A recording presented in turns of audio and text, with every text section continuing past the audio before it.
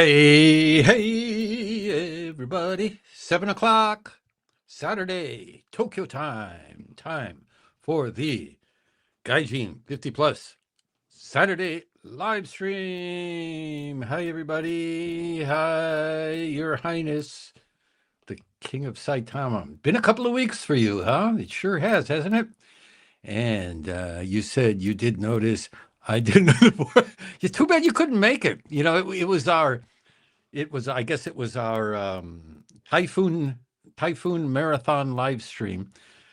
We had a really good group of people, really active commenters, and when we got to the end, where we got to the peanut gallery participation segment, man, there was a lot of participation, and we started talking about a lot about movies. There was so much feedback about movies and TV shows, and it was really fun. It was a lot of fun. Too bad you couldn't make it, but of course it's out there if you'd like to get a hold of it. Before we go any further, I'd like to mention that I did say that Carl is going to be here, and he is back in Japan. But just before I started out here, he sent me a email, and he said that he's on the jet lag sked right now, and like every day he's like ready to pass out at 8 o'clock, and he said he was going to head back home and take a nap. And he may be coming in a little bit later. He may be joining us. I don't know yet, but well, I told him, take care of yourself first. That's the most important thing, isn't it? Okay, David Cole, welcome to you, sir. And Kelvin, hey, the early bird is here. Nice to see you there, Kelvin. Kelvin, I asked you a question at the end of the last live stream. I hope that was that in your neighborhood where the Bezos bomb blew up there, or I hope you're okay there. I don't know where any of that is happening. I don't know if Bezos is out in your neck of the woods or not. Manga University, I've had no excuse for missing it. Oh, I was sitting here in the castle and completely. Well, I think you got to appoint a minister of GAIJIN50 Plus or something like that to keep you reminded, So that's okay. We're happy to see you anyway. Tokyo Dances home in 15 minutes. Where's Carl? Like I said, Carl is still fighting the old jet lag, and he said he was going to take a nap, and he said he's going to try to make it if he's feeling better. And like I said, I told him, don't force it. Take care of yourself first, because as we all know, especially as we get older, that's more important than anything else. By the way, the video you posted about, thank you, Manga University. I've been getting a lot of nice feedback about that video. It's one of the most, what shall I say? The hardest I've ever worked on a video script. As I think Lisa Ward pointed out, you've been talking about that for about the past week, and it's because it was in my head. And I wrote the first draft, I had the first draft of the script last week, a week ago, and it went through 5 or 6 rewrites, and I'd rewrite it once and print it out and take it with me to my classes, because my schedule is so screwed up, and red pen it and come back and input, and yeah, it was something I care about a lot, and so I worked hard on it. And to tell you the truth, I got about 15 or 20 of scripts in my head right now, but the only thing that's keeping me from doing videos more often is the damn work. But like I said, in the middle of July, that should start lightening up, and I'm sure that the channel will become even more interesting as we go along. Thank you very much. I really appreciate it. Hello from Kyoto. Hi, Christina. I'm glad that I could catch one of you guys.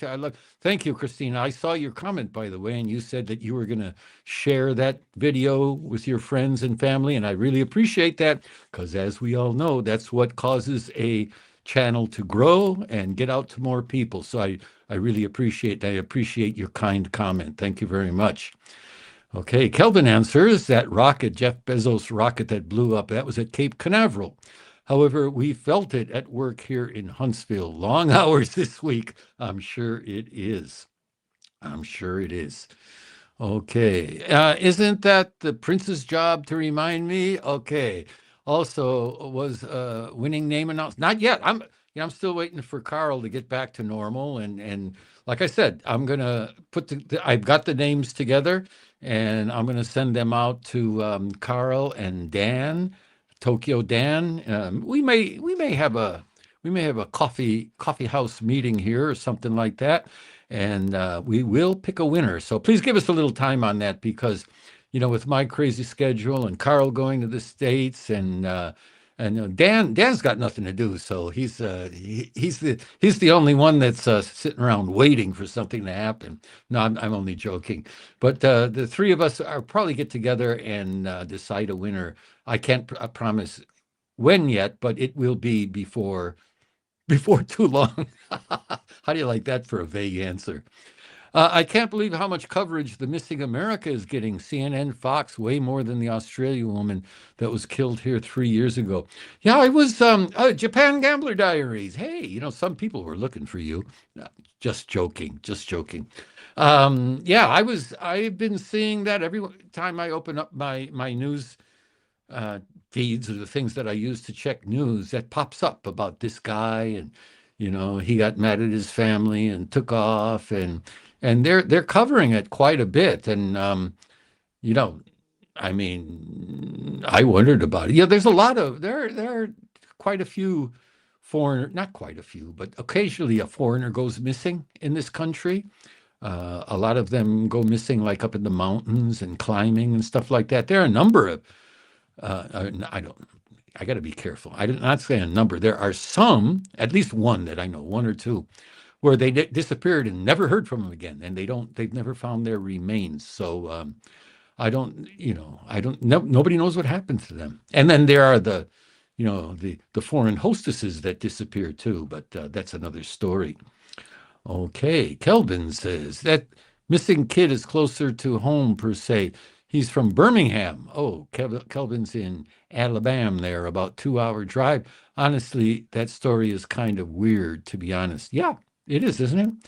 I mean, when I heard it, okay, this kid went missing. Oh, he went out for a walk and went missing. And you sit there and say, oh, okay, that's pretty bad. And then you see that he was spotted 6 p.m. after sundown going out onto a mountain trail. Well, that's not too smart, no matter where you are. So, well, we'll see what happens. I'm sure, I'm pretty sure, I can be relatively confident that if he is deceased, or if he is not coming back, it's due to natural causes. I don't, people, they don't, that kind of thing doesn't happen that often in Japan. And if it happens, it's usually little kids that go missing by someone else's hand. It's not, gaijin, young, strapping men. So probably the guy went off on a mountain, slipped, fell, slid, I don't know, or froze, or who knows. But I'm sure his remains will turn up eventually. At least one big Instagram influencer picked up the story, and I think that helped lead to the increasing publicity. Oh, that has a lot to do with it, right? When some influencer picks something up, it gets wide dissemination. Okay. And then the parents are like, yeah, we had an argument, etc., but that's not why. Yeah, okay. Yeah, you hear people say, you know, like you just did, Kelvin, you hear some of these people making statements in the news, and you sit there and say, yeah, okay, yeah, all right. Something happened there. And I don't think the family did any. I hope the heck not. But no doubt, well, it's a teenage kid, right? How many times have you did you storm out of the house when you were a teenage kid? I did a number of times. And just to show my mother and father, I don't have to put up with their crap, until I got tired and hungry, and then I came back home with my tail between my legs. Okay, the prodigal son returns, right? Talking about gaijins in Japan, did you see the news about those two knuckleheads that jumped into that monkey enclosure? Two men, the two. I don't know why they call them men. They're actually, I think a better noun would be jerks or something like that. Two guys who were jumped into the enclosure of Punch, a Japanese macaque that became famous because it drags around this stuffed doll of an orangutan. So they went in there, and one of the guys put on some kind of a character, I don't know if it was a monkey or something, suit, and the other guy filmed him, and he jumped into the enclosure and started chasing the monkey around or something. I don't know the details. I didn't pay much attention. But these guys were fined 300,000 yen each for trespassing. And it doesn't say whether they were deported or anything like that. And they should be, shouldn't they? According to the Chiba District Public Prosecutor's Office, the two men were summarily indicted for obstructing the zoo's business, a process that allows prosecutors to seek fines through summary court orders without a formal trial. The men paid their fines. Okay. Is that unique to Japan, or do they have that kind of system in the U.S. and other countries too? Summary judgments and summary fines being handed down without a court trial. So, like I said, I wonder if they were, I want to say deported after this. According to the prefectural police, one of the men scaled the fence while dressed in a character costume, while the other filmed him with a smartphone from outside the enclosures. Yep. Okay, the two monkeys were going back home, I guess, or something. All right. Japan Gambler Diaries. They were looking for me because of my terrible tip for the Derby. I do apologize to the audience. Yeah, I mean, yeah. I mean, what do you call it? What is it? Green Energy? Green Energy didn't do very well, did they? They said that a lot of people, besides you, were saying that it might be a dark horse, and they were able to. But because it had a good finish or a strong finish in Satsuki, in the Satsuki race, and so they said it was expected to do better than it did, but it didn't. So, well, that's life, isn't it? Okay, the best laid plans of mice and men, right? Okay, Albert Hall. Welcome, Albert. So nowadays they are not able to track a missing person by tracking the location of their cellular phone. I think I read a story that said that there was some kind of tracking, family tracking thing on their phones, and they were able to track this guy for a while, but then at a certain point he turned off his tracking. So who knows what happened? It's one of those things, huh? Manga University, they should be deported after being held in the Tokyo detention house for a few months. There you go. Or you could become Manga the Impaler and really give it to him. I heard one time that during the feudal Japan, during Tokugawa Japan, for serious crimes, prisoners could be sentenced to life imprisonment, after which they were executed, which I think is a real cool way of dealing with people who are really bad, right? Make them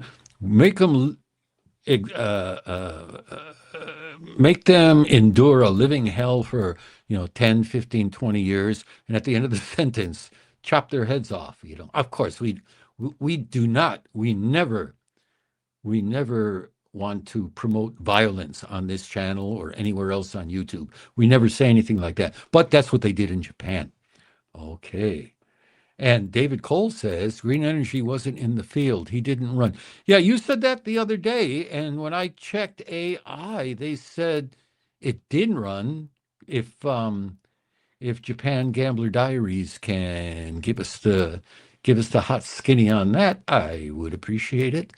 So it either, David Cole says it was scratched from the ticket. And when I tried to get the background story, they said that he came in 10th or 12th or something like that, that it was in the middle of the pack. Yeah, they gave a whole report on AI. Okay. All right. So what else we got here? Here's something. This is a kind of a feel good thing. Japan is always getting so much flack from people about, well, Japan doesn't have enough women doing this and I can't claim that I'm a feminist or I'm a rah for women's rights or anything. Though I think everybody should be treated nicely and equally. But here's something that goes against what people often say about Japan. And this is women account for a record 41.9% of Japan's central government employees. Within this is some interesting numbers that I'll be sharing with you. Women accounted for a record 41.9% of central government employees hired on April 1st, up 1.5 percentage points from the previous year. And that's according to the Cabinet Bureau of Personnel Affairs. Okay, that's, okay, rah, rah, Japan. Of the 9,268 total recruits as of April 1st, women numbered 3,885, according to the Bureau. Women held 339 out of the 887 career track positions. Now, this is interesting. The ministries, breakdown by ministries. Among the ministries that hired more than 100 people, the foreign ministry had the highest rate at 58.1%. That tracks to me. That makes sense to me because as a English guy here, forced back into the English teaching world with the collapse of the translation world, I will say that Japanese women are much better at English and other languages than Japanese guys. Though there are some guys who are really good, but in general, women are much better. My sons told me why at one time. I'll share that with you later. And this was followed by the Justice Ministry at 52.9%, the Ministry of Health, Labor, and Welfare at 50.7%, and the Ministry of Economy, Trade, and Industry at 46.2%. Okay. The Ministry of Land, Infrastructure, Transport, and Tourism had the lowest rate at 29.5%. I wonder why that is. Is there something wrong with the Ministry of Land, Infrastructure, Transport, and Tourism? Or is it something about that ministry that does not attract females? That'd be interesting to look into. Okay, a Bureau official said the government's support for balancing work and childcare, as well as its improvement of workplace environments through work style reform, brought about the results. Okay, so that's pretty good. Okay, about English teaching or English learning in Japan, as I said, the fact that women doing so well in the foreign ministry, and I said that women generally do better in English. I asked my son one time, about that, and I asked them about the guys. Some guys just, are not into English and don't want to be bothered with it and stuff like that. And I asked them, why is that? And they told me, and this has been confirmed by other people as well, they told me that in Japanese high school, if a guy is too good at English, and by too good, I mean scores well in the tests and pronounces very well, that he takes a lot of flack. He gets bullied. He gets harassed by the other guys. It's kind of this like, hey, man, what are you doing there? You're going to become a gaijin and stuff like that. And, English is seen as a girl's thing. So, they might start taking flack in that regard. So, well, that's it, right? And like I said, the girls are much better than the guys, though there are some all-star guys among the English students as well. Okay, Japan Gambler Diary comes back. Green energy. What is he going to say about that? Tomorrow I'm going with sixpence in the Yasuda Kinen number 4. About 20-1. Green energy wasn't scratched, unfortunately. He didn't have the kick that I thought he would have and came in 8th. Okay. So he did run. Like I said, David, if you jump onto AI, they've got the story behind all that. Okay, let me rearrange my tabs here. All right. Uh-oh, I just lost I hope I didn't do something weird here, but I just lost my screen. Okay. Oh, here I am. My screen disappeared. I thought, oh, did I disconnect? But I guess I didn't, because I clicked the browser tab and there I am. All right. Any questions? Anything to do? Are you folks? I shouldn't say guys. We got some ladies here. Welcome, ladies. I look at my stats and it says, it's like, 98% guys, so Japanese government is doing better than I am. Hey, Tokyo Dan, welcome to the party. So I'm really glad to have some ladies joining us here today, and I hope you enjoy yourself, and I hope you keep coming back. Do you folks drink? Do you like to drink? I think I've mentioned before that I quit drinking. And oh, wait a minute. First, Tokyo Dano's got a message. I want to thank Tokyo Dano for recommending the music documentary Searching for Sugar Man during the live stream a couple of weeks ago. I watched that night. It's absolutely fantastic. Wow, we've got 2 people recommending the Searching for Sugar Man. Wow, that's good. I think he mentioned that it's on YouTube. So sounds like a good thing to watch. But anyway, back to alcohol. I think I've mentioned here before that I quit drinking a long time because I realized the same thing that Homer Simpson liked to say, and that is alcohol, the cause and the solution for all of life's problems. And okay, back to green energy. Oh, he did run. He came in 16th. Well, yeah. Well, he didn't do well. Let's put it that way. Okay, back to drinking. All right. The Japanese Cancer Institute came up with some really shocking recommendations about alcohol, and this is in a country that in which alcohol is a real big part of life. Less so than it was before, but still quite a bit of drinking going on. I think I've mentioned when I first came here, alcohol and tobacco. I mean, boy, oh boy, was it something. And according to this story, Japan's national cancer body now advises avoiding alcohol. And they cite evidence that even small amounts raise cancer risk. And they also, the National Cancer Institute said that men should lower the BMI cap for men to 25. It's a very poorly written subhead, isn't it? Okay. Now, details. The National Cancer Center Japan in Tokyo released updated recommendations on June 3rd for reducing cancer risk based on evidence from Japanese populations.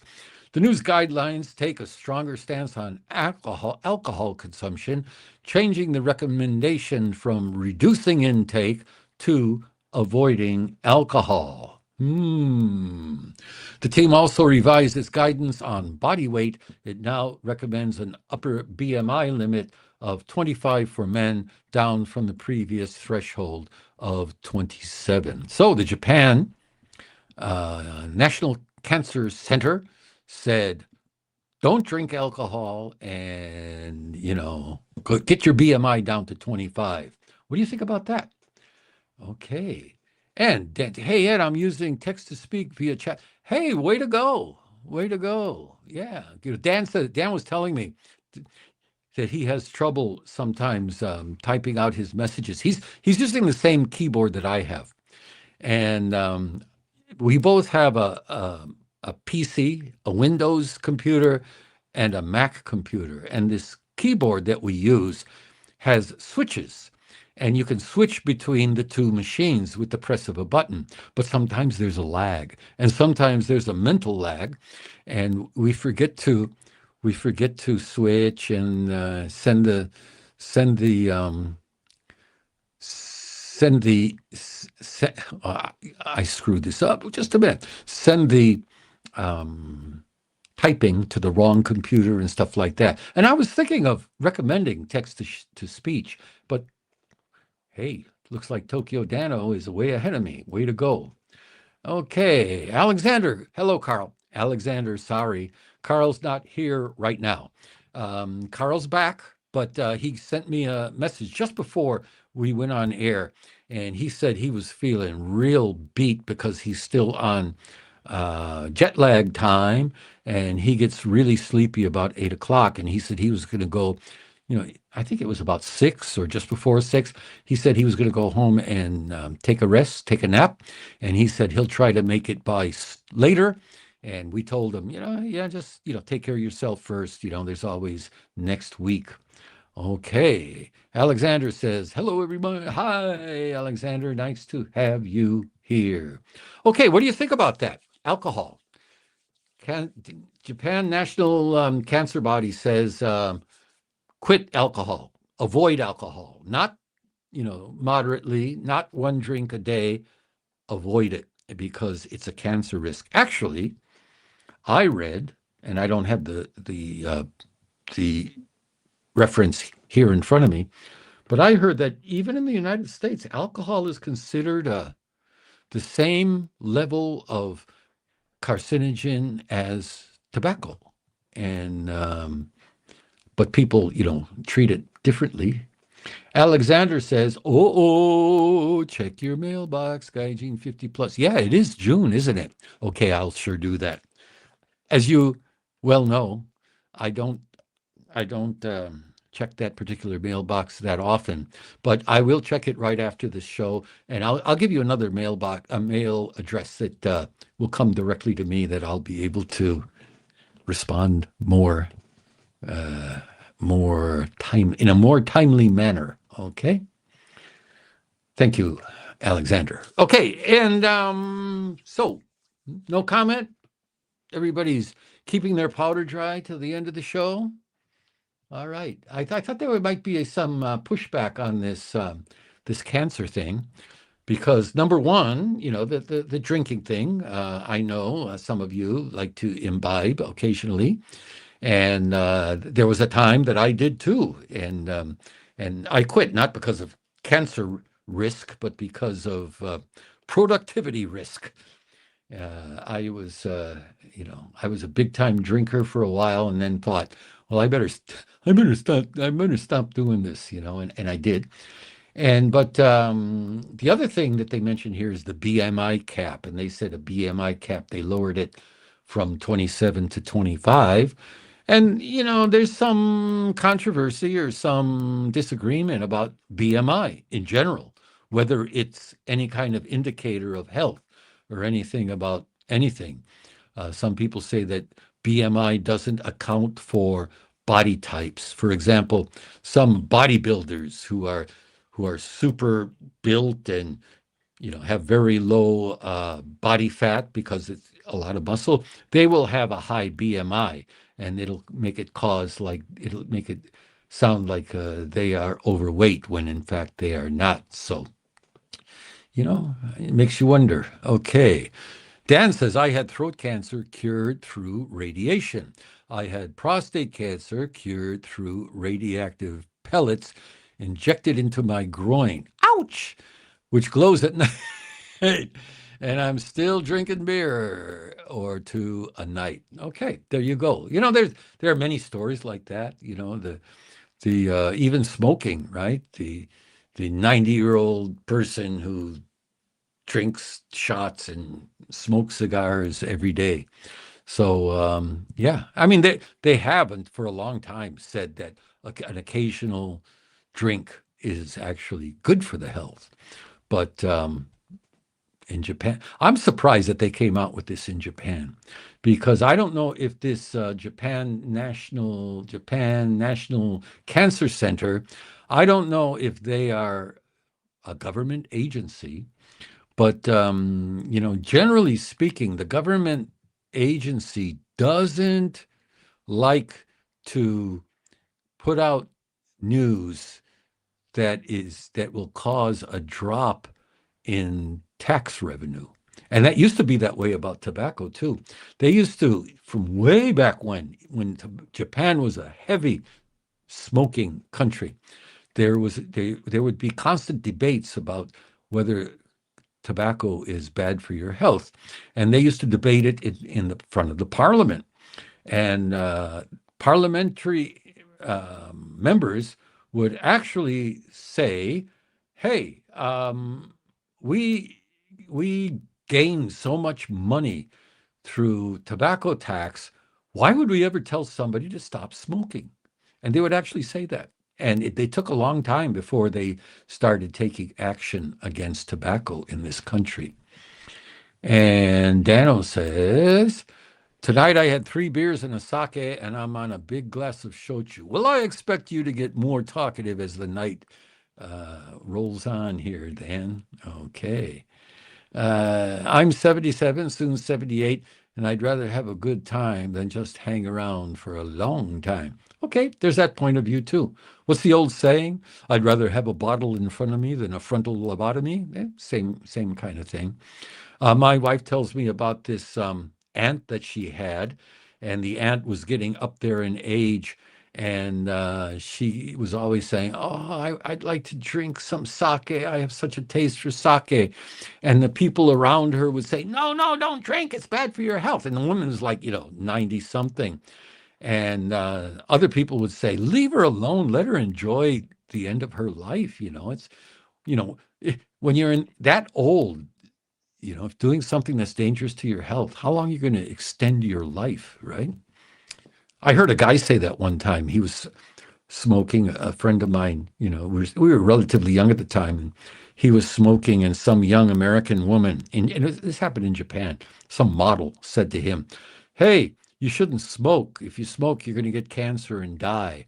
And he looked at her and said, "If I quit smoking, does that mean I won't die?"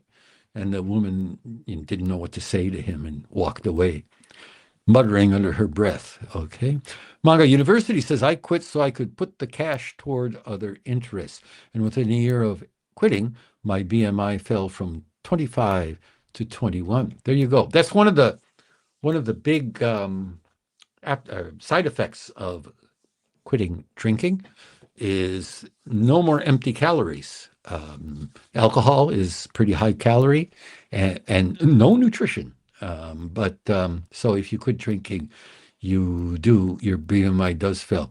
When I was drinking, when I quit, I weighed 105 kilos, 105. And not only because of the drinking, I would drink beer sitting in front of the TV, and you can't just drink beer. You've got to be eating something along with it. And so after I quit drinking, I also dropped a lot of weight after that. But Manga University say, can't argue with that logic, Dan, and it's true, isn't it?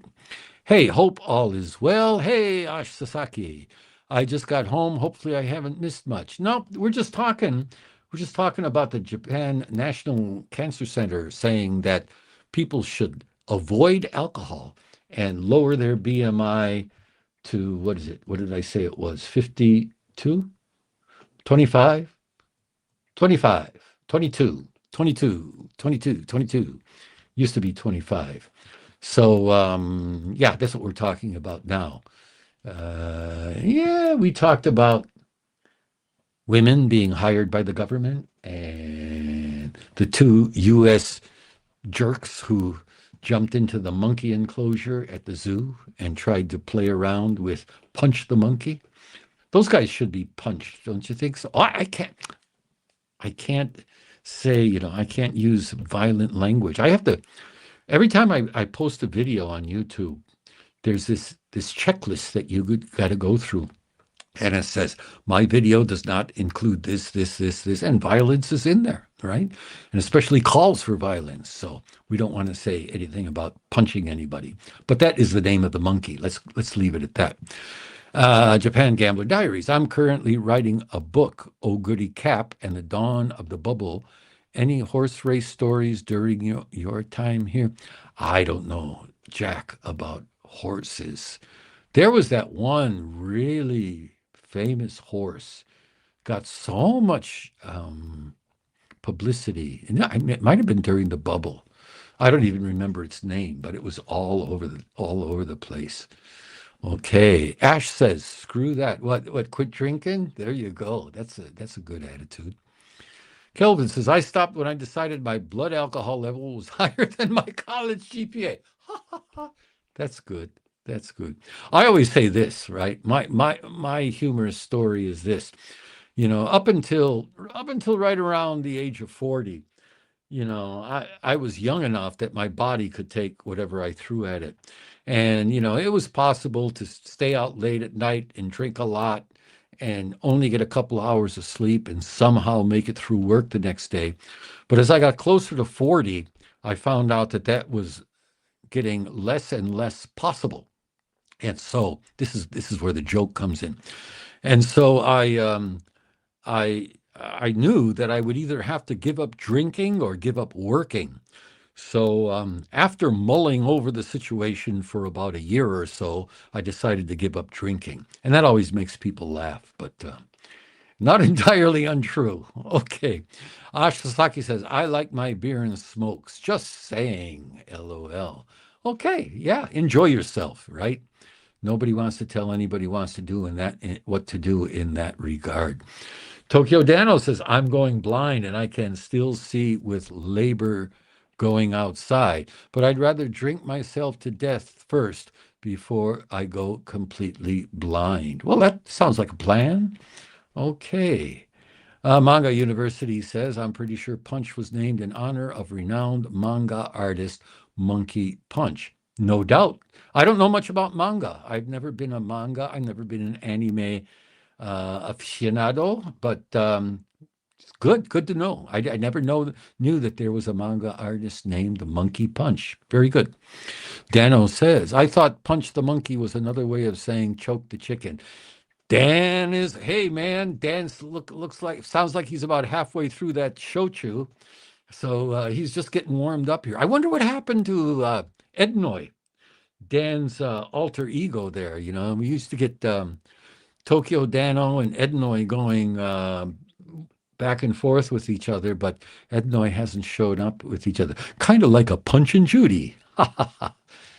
Okay. Here's one. Here's a strange story. Here is about as strange as they come, as far as I'm concerned. And wait a minute. Let me get rid of this here. I got to move over to this. Okay, here we go.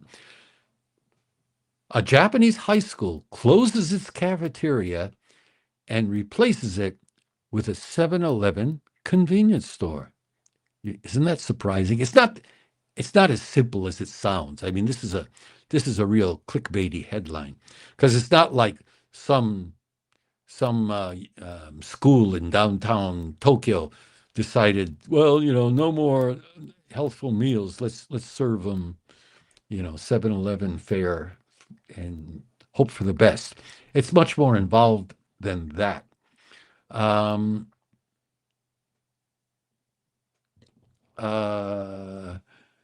7-Eleven opened a new branch in Japan on June 1st at a site so unusual it made nationwide news. The new store can be found inside Kochi Chuo High School in Kochi Prefecture, that's down in Shikoku, taking over the site of the school's former cafeteria. Now, this is a private school with boarding facilities, all right? And which isn't uncommon in rural areas like Kochi. So securing 3 meals a day for its dormitory residents, which make up about 1/3 of the 700 enrolled, is a high priority. So you got about 200 people. Okay. Or I should say full-time or dormitory using students, all right? In late February, the cafeteria's operator informed the school that it would be difficult to continue operations due to rising costs and labor shortages, and although they attempted to find an alternative operator, they were unable to find one. Isn't that something? You'd think there could be some way found, don't you? Just because, oh, costs are up, don't have enough people to work, so we're just going to close down.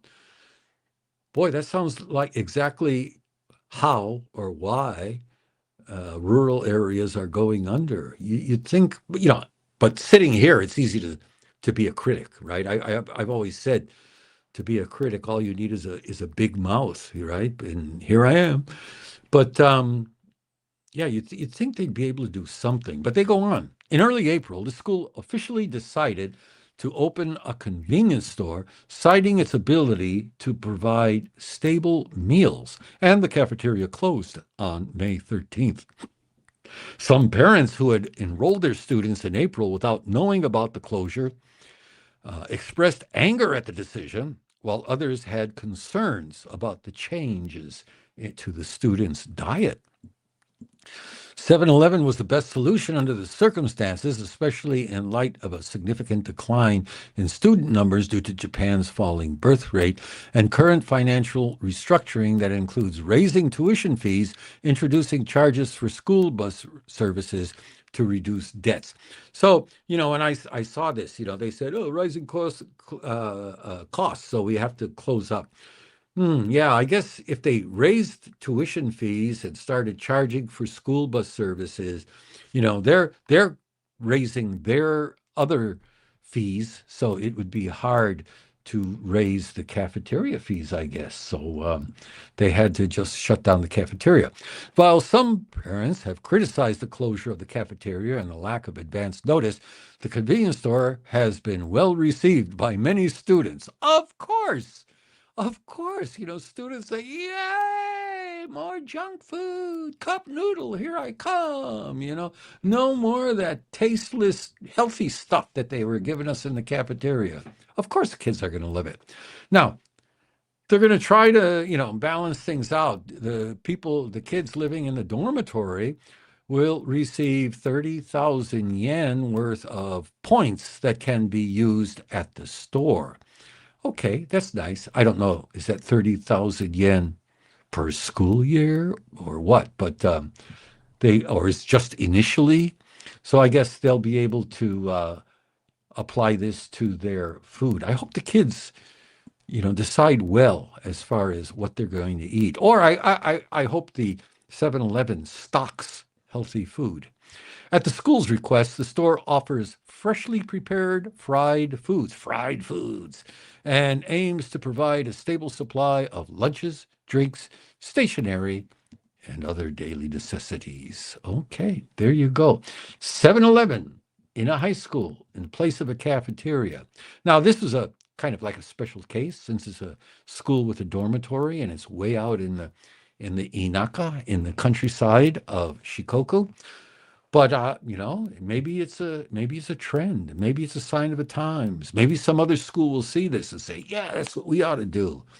Boy, I wonder if Japan's going to start to go the way of the U.S. and you know, you know what I mean. So we'll see. I hope Japan has a great reputation for the so-called Japanese diet and how healthful it is, and the traditional Japanese diet compared to the standard American diet is very healthful.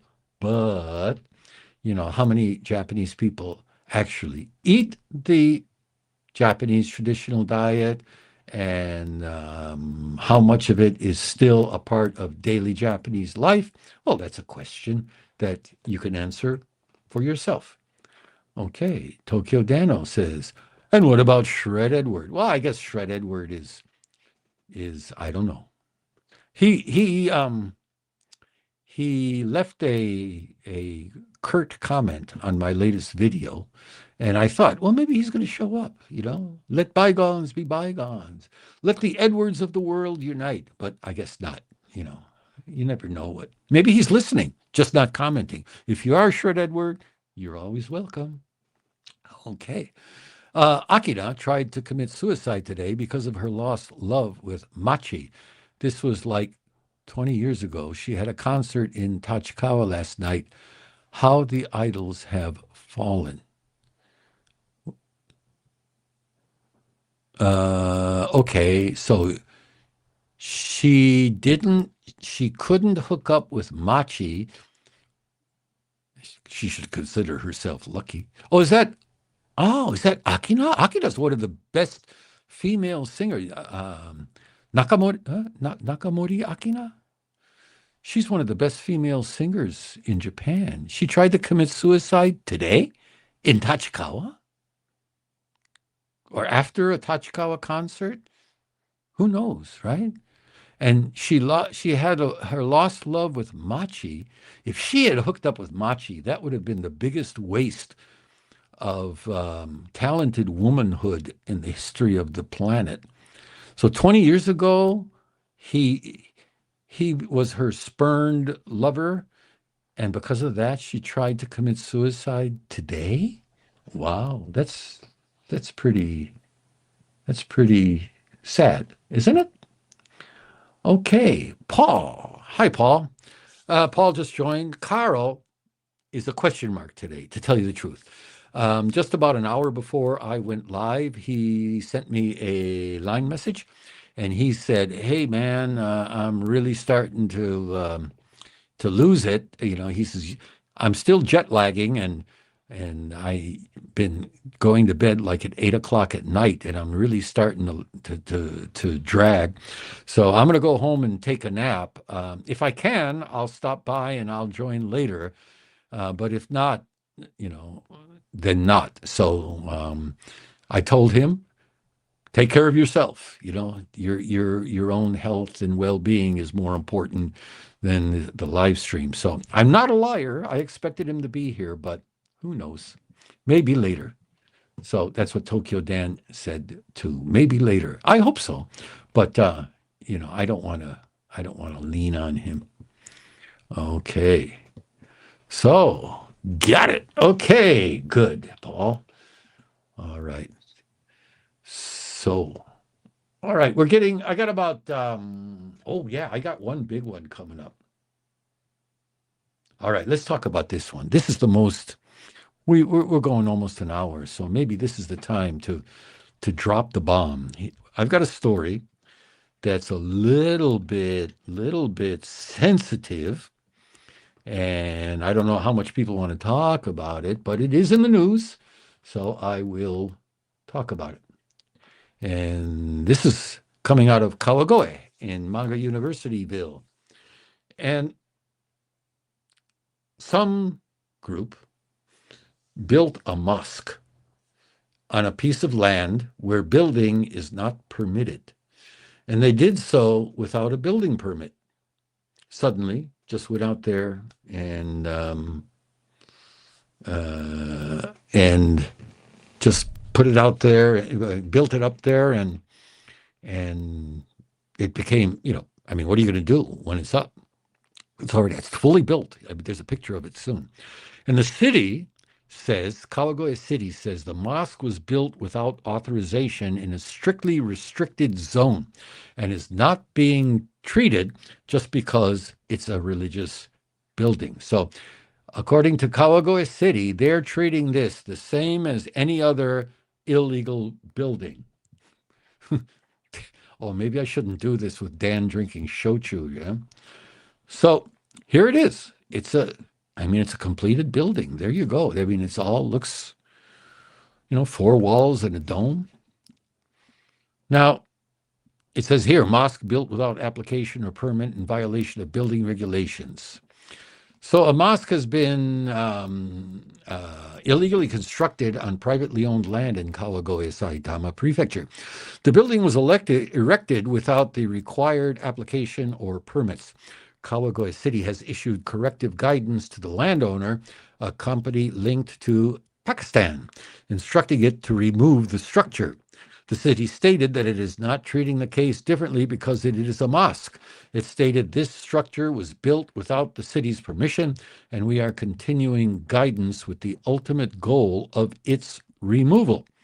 According to the city's Urban Development Division, the area is designated as an urbanization control zone, where development is strictly restricted and construction requires permission under the City Planning Act. The company has told the city that it will take appropriate steps towards removal and has submitted a remediation plan. Now, the company has told the city that they are going to remove this. But after telling the city that, they had a grand opening ceremony. They had a grand opening ceremony on April 3rd that was attended by the ambassador of Pakistan to Japan. Officials repeatedly requested that construction be halted because they received a report back in October of 2024, and they went out there and they kept going out there and saying, stop building this. And according to the city, workers on site claimed they did not understand Japanese.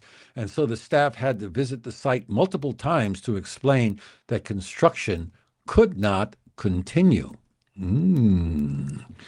So the rest of the story gives all of the background. I don't want to go through all that. You know, this guy said this and this guy said that. And it was sold here and sold there and all this kind of stuff. Let me just say that according to research by Emeritus Professor Hirofumi Tanada of Waseda University, the number of mosques in Japan began increasing in the 2000s and had reached 164 across 140 municipalities nationwide as of July 2025. Another mosque in Kawagoe City opened in 2010. So there you go. This mosque is there. The owner says, yeah, we'll tear it down. But they held a grand opening attended by the ambassador of Pakistan. The company visited the site a number of times while construction was in progress. And the people there said, I don't understand Japanese, which is a trick, one of the oldest tricks in the book for to play the Gaijin card, the Gaijin license. So this is quite a topic. Let's not get too cranked up there, Dan. And but Japan Gambler Diaries back into Nakamori Akina. It was big news, but yes, an anniversary post of 20 years ago. Yeah, maybe she tried it 20 years ago. I can see that. What a waste. What a waste. I always thought she was such a good singer. Wow. Alexander. Okay. Not my country, not my place. If the Japanese have strict rules. Yeah, there you go. Okay, that's true. This is not my country, not my place. Japanese have rules, got to follow them. That's true. Daniel says, it's truly funny with Ed treading on thin ice because I'm drinking shochu. Every time I see your name come up, Dan, I have this pang of fear race through my being, Okay. Paul says, how could such a large building not be noticed as it was under construction? Bing bong. It's true. That was the first thing that entered my mind. Number one, nobody noticed. But then again, Saitama is a but Kawagoe, it's pretty. They've got a lot of open land out around there. I don't know where this land is located. I might go out there. I'm not that far from Kawagoe. But that number one, nobody noticed. That's number one. And number two, they went there a number of times, and the workers there said, well, you don't understand Japanese. Why didn't they get a squad of police to go out with them and make them stop? Was it because they were afraid of being accused of something? It makes you wonder, doesn't it? Okay. The Japanese do have strict rules. Yes, they do. Good. I'm getting tired. Sasaki, I'm getting tired of Muslims making everyone cater to their religion. This is Japan. Yes, yes, yes. A lot of people say that Japan's crackdown on all kinds of different activities is aimed mostly at the Chinese. But I wonder, because, Japan is always saying, well, we don't want people coming in here and setting up these communities and establishing their own cultural communities, enclaves, right? So we want people to become Japanese and adapt to Japanese culture. And I don't think the Chinese were setting up Chinese enclaves. They may, Yokohama, Chinatown, but I wonder, I wonder, I wonder. I wonder who be doo. Remember that one? Tokyo Dano says Muslims control most of the world. Why don't they immigrate or emigrate to their own Muslim countries? Yes, a lot of people ask that saying. Why don't other Muslim countries accept them as immigrants? That's another question that's often asked. Takashi Matsumoto, hey, welcome, Takashi. I would not be surprised if any government officials, national and or local, were involved. Yes, I think you've got something there. I wouldn't be surprised either. And you may have something there. There's always, how politicians are. It's the same in the States too. Look at what's going on in Minnesota. I mean, those don't, this isn't Minnesota, so we won't go into it, but you know what I mean. You don't want that happening in Japan, because once people get established and once they know, people do things illegally because they know they can get away with it, number one. And number two, they know they can gain some benefit, be it monetary or something else. So if you allow something like this to go forward, then what's to stop the next dude from coming down the pike and say, well, oh, well. I think in the United States, that's one of the biggest problems, more than anything, is the failure to enforce existing laws, rules, and regulations. Okay, the city officials told them to stop, and knowing the Japanese, they probably provided instruction in Japanese and Urdu. Probably, I would. That's what I was thinking. They might have tried it in Japanese, and I wouldn't be surprised if these guys say, "I don't understand Japanese," and the people on site at that time probably may have tried in English. And I mean, that's easy enough. I don't speak English either. And then I would probably imagine that they did try to get an interpreter to go with them and explain the situation. But we all know that the Gaijin license still does work, even though they're trying to quash it. Ashtasaki says, Tokyo Dano, I'm there with you on that one. Yeah. Nobody wants a repeat of Tokyo during the construction of the airport back in the day. Yeah, that's right. The Narita airport. How many people died? 9 people died to get that thing built. And, I mentioned that one time was it in a video? And some guy came at me and he said, there was no violence. That was just a zoning dispute between the government and 2 or 3 farmers. And I thought to myself, geez, Louise, guy, what are you talking about? And he was serious. He was serious. Loved Chinatown in Yokohama. Yeah, it's a great place, isn't it? Good place to eat, good atmosphere. Yeah, I like Chinatown in Yokohama. Kelvin says, got to step away for a bit. I'll be back shortly. All righty, Roo. What do you know, cut the grass? Kelvin tells me that often he says, I got to go cut the grass. So I always give him a little bit of the business. Paul says, my understanding is that the number of mosques has increased tenfold since 1995. Could very well be. There was an article at the end of the one that I just showed you talking about that. Muslim population growth tests local cooperation. Let me click on that and see what happens. I haven't read this yet. Thank you, Paul. Okay. As Muslim communities grow in Japan, disputes over prayer spaces and burials are testing local coexistence and exposing political and social fault lines.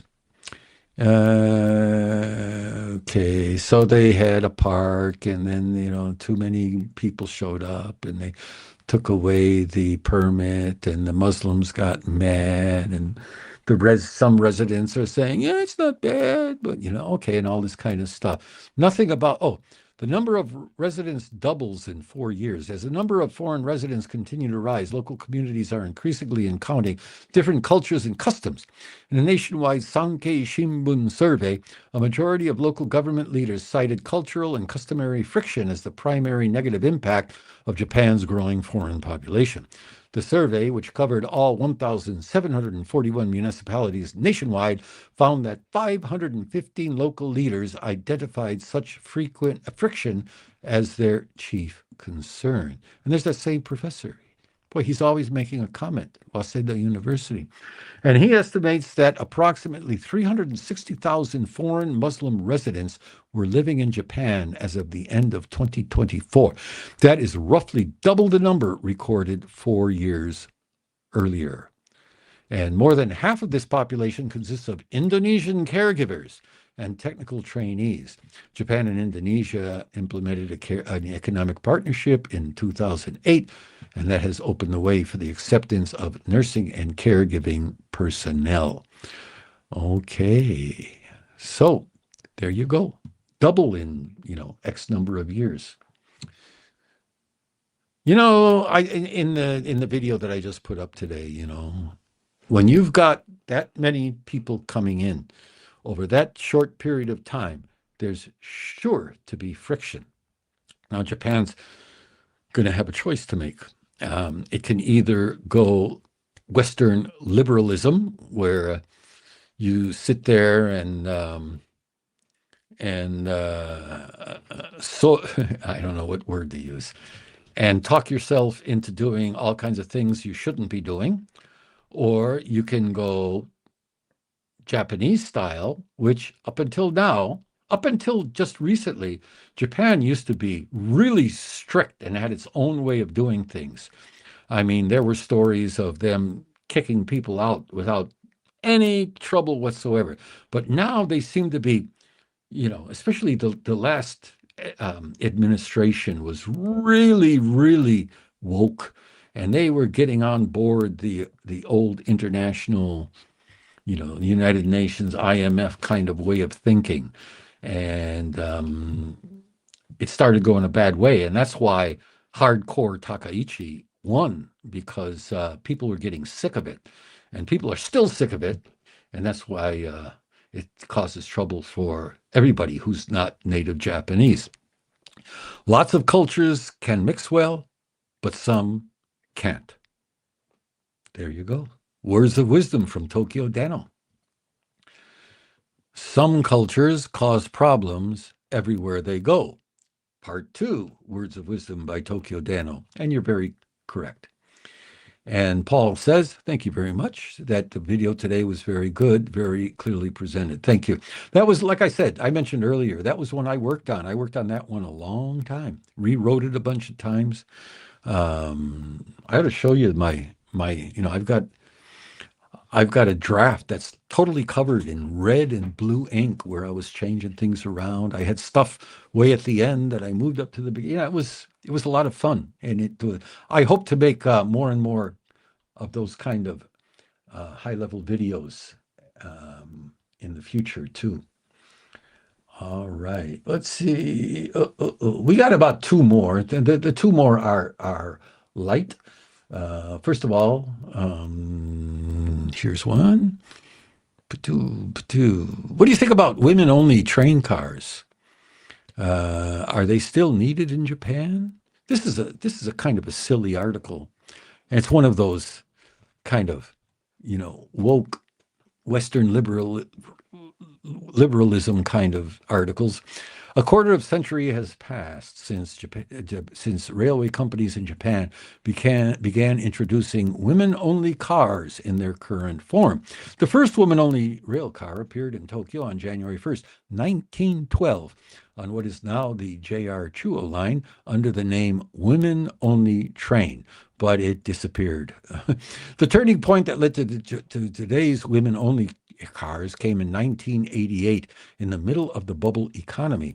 In Osaka, two men sexually assaulted a woman after holding a grudge against her for warning them about groping on a train in what became known as the Midosuji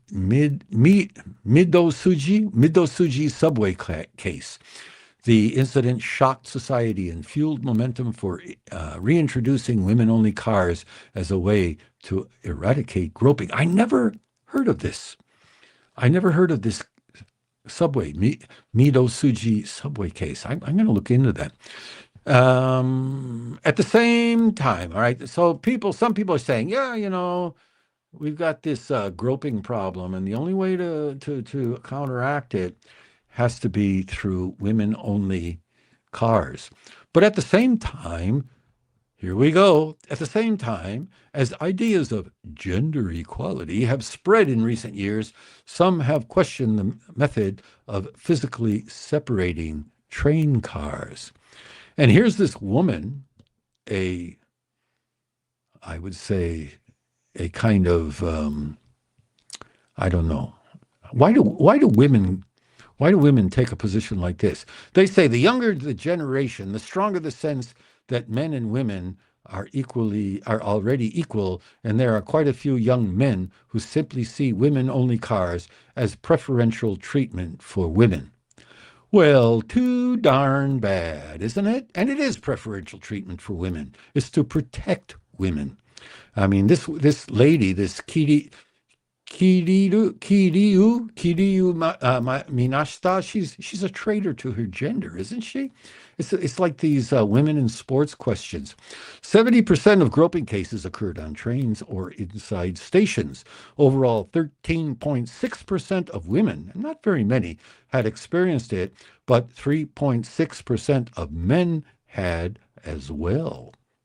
If you were a man and you got groped, would you complain? That's a question. I wonder about that. So this guy pointed out, I guess it's this guy over here, Daisuke Tanaka, that people have come to focus on avoiding trouble on trains. Now this is, okay, we all know this. People say, Japanese people are quiet on the train. Don't talk on the train, Don't make a noise, which is, 75% true. Japanese people yak on train too, but not so much on commuter train, especially in the morning. But anyway, he pointed out that people have come to focus on avoiding trouble on trains, and a shared understanding took hold that people should not get involved with one another. If there was a culture in which passengers spoke to each other when something happened, it would be different. But that is not the reality now. So how everybody goes, oh, Japanese people are so quiet on the train, it's so wonderful, only in Japan. Yeah, but it's got a downside too. Because if somebody starts having trouble, people ignore it. I've seen it happen. I saw a girl chased around a train car by a guy one time. And she was running away and sitting here and sitting there. And every time she would, this guy would come and start rubbing up against her.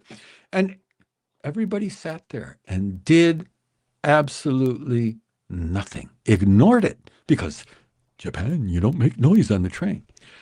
Everybody ignored it until I grabbed the guy by the shirt collar and put him up against the wall and told him to cut it out. And he got off the train on the next stop.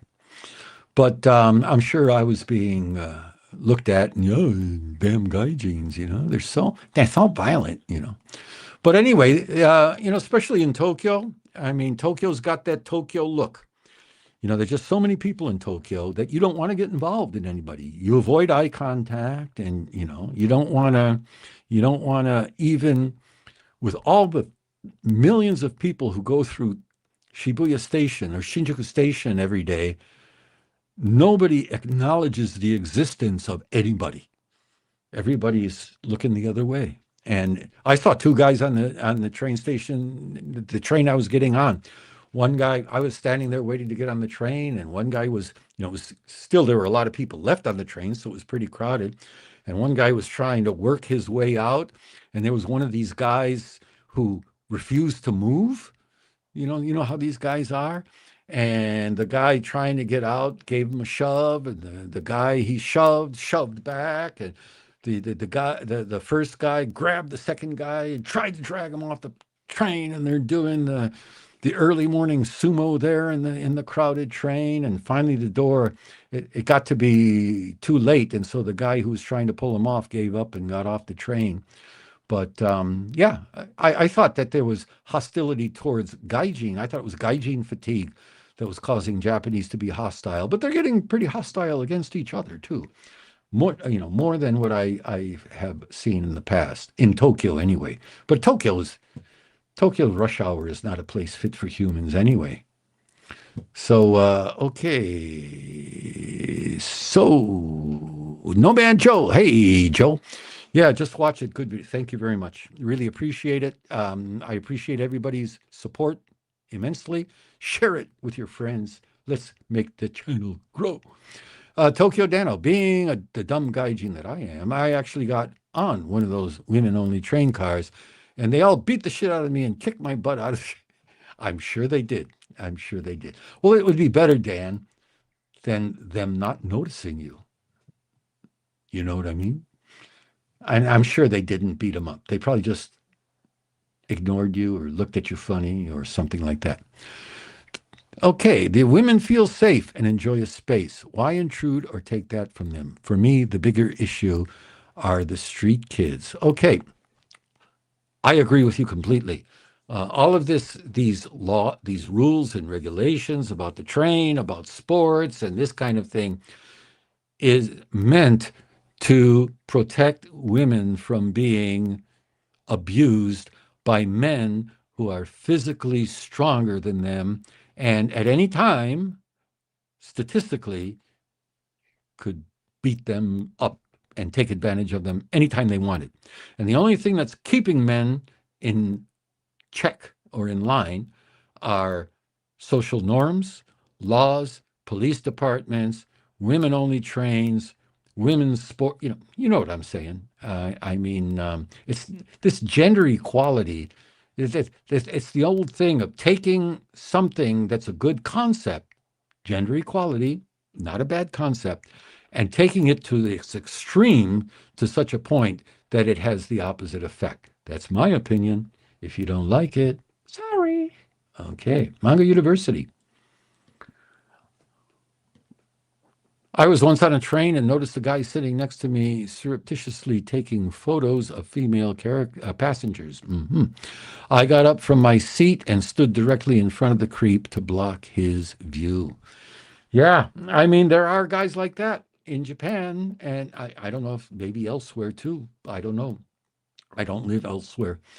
But there's still that kind of thing going on, and there are still sites online where they post things like that. The authorities try to act and get the bad stuff taken down, and they try to actually. Oh, I was on I should have taken a photo. I was on a. Oh yeah, it was the Oedo line. You know the Oedo line, the one that goes deep into the bowels of the earth. You have to go down about 8 stairways to get down deep into the Oedo line. Every time I go down there, I have the feeling I'm entering a Jules Verne novel or something like that. But anyway, I was riding the escalator. Generally, I try to take the stairs, but not that line, because the stairways are just so long, you'd probably die halfway up.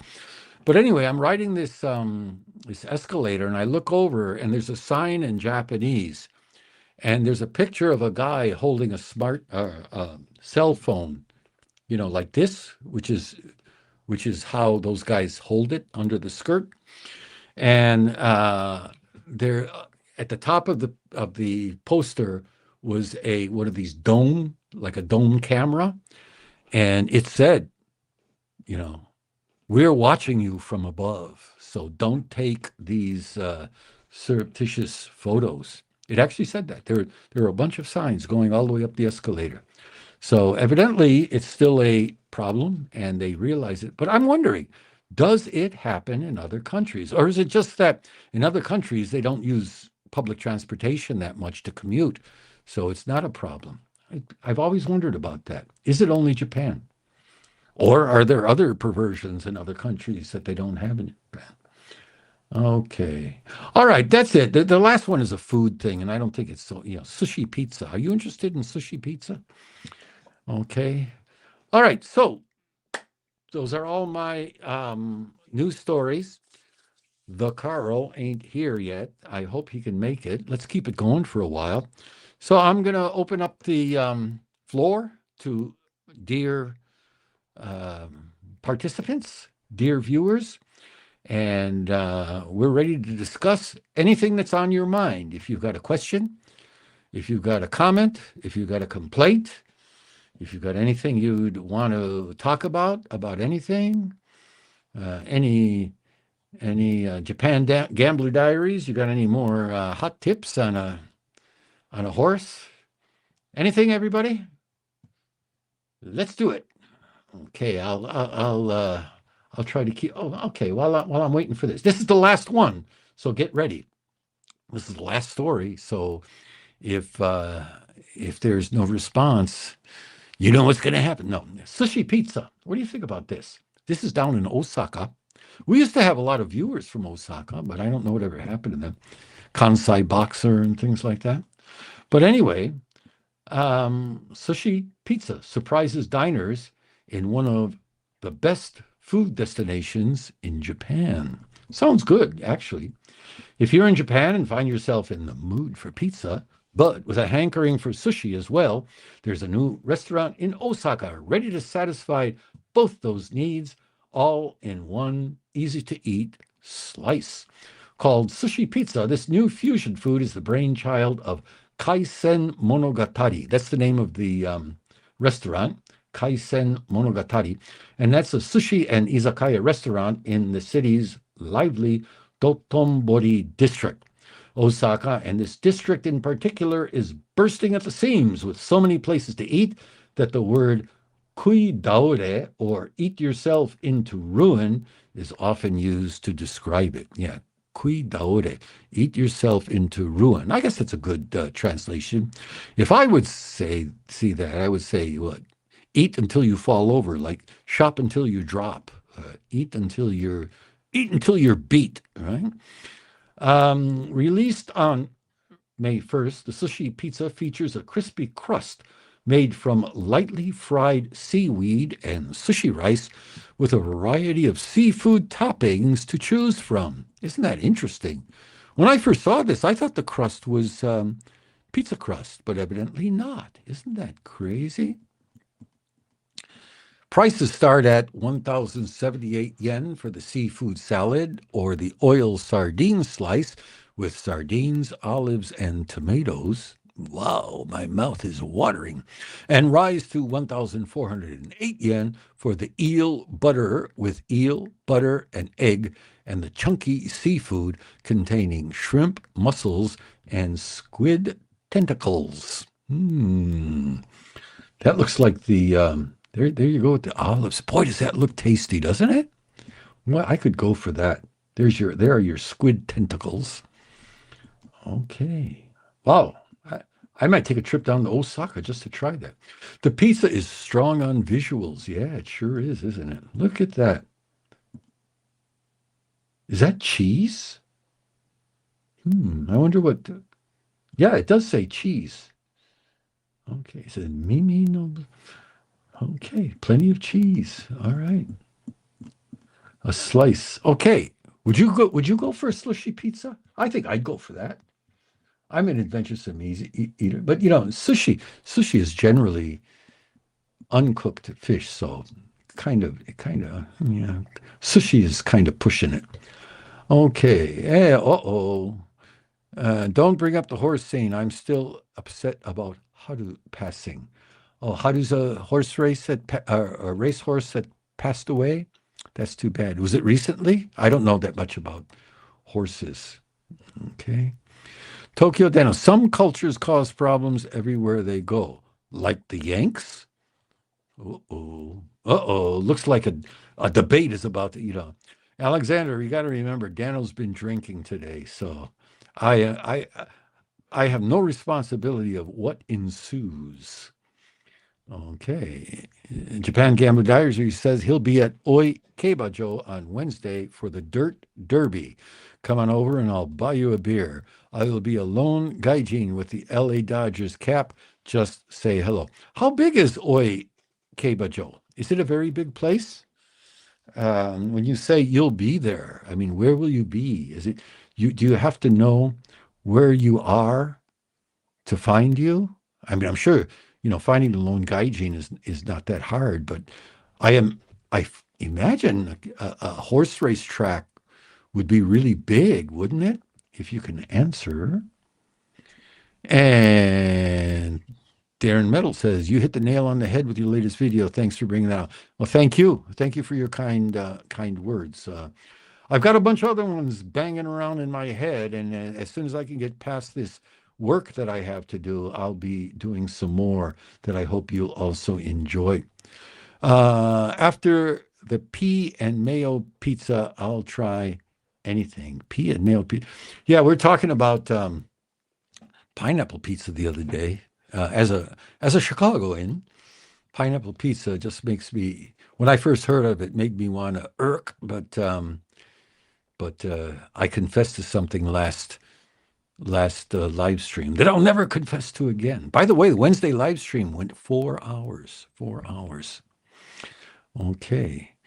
Axeman says, "Where's Carl?" Carl is in Tokyo. Carl is at home right now. About 1 hour before I went live, he said, "Oh, I'm really dragging. And because of jet lag, I've been like going to bed at 8 o'clock every day. And so I got to get home and at least take a nap. I'll try to get in there later." And I told him, "Yeah, okay, we'll play it by ear and take care of yourself first. And if you can make it, you can make it. If you can't, well, maybe next time." So no promises on Carl right now. Sorry about that, even though I did make a promise on the video title. But I thought he was coming for sure. But evidently he's got bigger fish to fry. He's got to sleep. He's got to get his beauty. Take it from me, Carl needs his beauty sleep. That's one of our personal jokes with each other. Right now, it's starting to become, it was pretty chilly today all day long, but right now it's becoming hot. So I'm looking around for my air conditioner controller, and it's nowhere to be found. So I guess I'll suffer for a while. Okay. Greg says, I have to mention sushi pizza to my son. He works for Domino's. Yeah, maybe they can rip it off. Okay. And Axeman said, no worries, we made 4 hours without him. Yeah, that was on Wednesday. That was quite a thing. 4 hours, and with the typhoon raging outside. And yeah, it was really cool. When we started the live stream, the typhoon was blowing pretty hard. But I'm never impressed by typhoons, being from Tornado Alley. But the typhoon was raging about as strong as it would get, and by the time we finished the live stream, people were talking about going out to take a walk. So it was a really good time to spend typhoon time. So Alexander says, Muslims create as many problems as any other foreigners. This anti-Muslim rhetoric is boring. Well, I don't know what to say. Anti-Muslim, I don't know. Making remarks. I don't know. Some of the remarks were pretty strong. I'll say that. But Anyway, let's move on. Let's not dwell upon that kind of thing too much. The attendance will be about 7,000. The best area to meet would be the parade paddock area. Okay.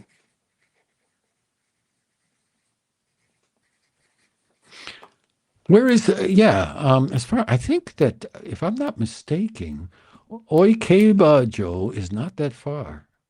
So I'm not promising, but we'll see. Axeman Japan says, one time we had our work called off for a typhoon, and it was the nicest day of the year. Yeah, I mentioned during that Wednesday live stream that I was, when I first came here in the Army, the first time I experienced a typhoon, the military, the base people got really excited, and they were talking about securing windows and battening down hatches and covering things and tying things down and blah blah blah. And I was thinking, wow, this is my first typhoon. And they restricted everybody to base. You were not allowed to leave base, and it was it was basically nothing to write home about. And I was really disappointed. I guess it could possibly be, but in the whole time I've lived here, I have never. Okay, let me qualify this. I've never experienced a typhoon while living in a city that made me feel fearful. Now, when I was out in Tochigi, in the countryside, there was a typhoon that came through and did a lot of damage, mudslides on the hillsides and things like that. So it all depends where you are. All right. Takashi. Okay, Takashi Matsumoto. Hi, Takashi. Sushi pizza. It is probably a one-time advertisement scheme. I wouldn't be surprised. I wouldn't be surprised. But what if it catches on? Yeah, these chains, a lot of these restaurants will do that sometimes, right? They'll put out this big advertising thing. Yeah, come over here and try this really weird stuff, and it'll generate a lot of advertisement and a lot of publicity, and then they'll stop it after a month or so. So could be. Tokyo Deno, yeah, the Yanks really did a job on Japan and West Germany. Okay, yeah. Damn Yankees, right? I like it, but going with Sixpence, a new trainer that has him in the right direction. Okay, all right, I like it. That must have been something that I missed along the way. Okay, still talking about horse races here. All right, the floor is open. That sushi pizza sort of like emptied my news docket. So, Axeman Japan. Hey, are you much of a reader? Have any good book recommendations? I'm always looking for a good new book. To me, and when I start talking about this, I know Tokyo Dano will roll his eyes because he knows that I talk about this a lot. But I don't know what verb to use. I did the biography of Stephen Jobs that was published a number of years ago via Audible, riding on the train in the morning, listening to and it was read very well. But that is a good book. If you want to know about Weird Steve and his weird ways and the way he treated people and the kind of person he was and the genius that he really did possess, I highly recommend that book. After I listened to it on Audible, I thought, yeah, this is a book worth reading too. It was very well. I got it an Audible at one of these, trial subscriptions, but very, very well written book. Okay. Tokyo Dano here in Okinawa. The ones involved in serious crimes on daily basis are not Muslims, but Yanks. Okay, I will say that may be true, but those are military Yanks. I don't think you'd want to. I don't think you would want to judge an entire country's population by what teenager soldiers do, would you? Okay, but I mean, this is not my argument, but I'd like to say this, right? Okinawa, Okinawa is a special place, isn't it? Hi, I'm from Okinawa. Aiko Fujita. Aiko Fujita. Hi, Aiko. How are you? Is that Aiko who's here, or is that Aiko's husband who's using Aiko's account? Anyway, welcome. Okay. And Axon says, awesome. I'll definitely check it out. Any fiction? I haven't read any fiction for a long time. I've basically stuck to nonfiction, like autobiographies and things like that. In fact, my second book on that trial subscription with Audible was a fiction book, and I didn't get very far into it when I stopped listening. I don't know. Fiction just doesn't do it for me. Tokyo Dance, I listened to Audible Steve Jobs. I recommended Suicidal Empathy by Gad Sad. Tokyo Dan is a big Gad Sad fan from way back. And Japan Gambler Diaries, Roads to Satas is only one of my favorites. Okay. I've got a book recommendation, Same Bed, Different Dreams by Ed Park. It was a finalist for the Pulitzer Prize for fiction. Same Bed, Different Dreams. Okay, Ed Park. Nice name, Ed. Okay, might be worth looking into. And hi, it's me, Aiko. Hi, Aiko. Welcome. Nice to see you. I hope you become a regular. We do this thing every Saturday at 7 o'clock, 7 p.m. And we also do a live stream Wednesday at 10 a.m. And we do it at 10 a.m. because we want to make it good for our North American friends because this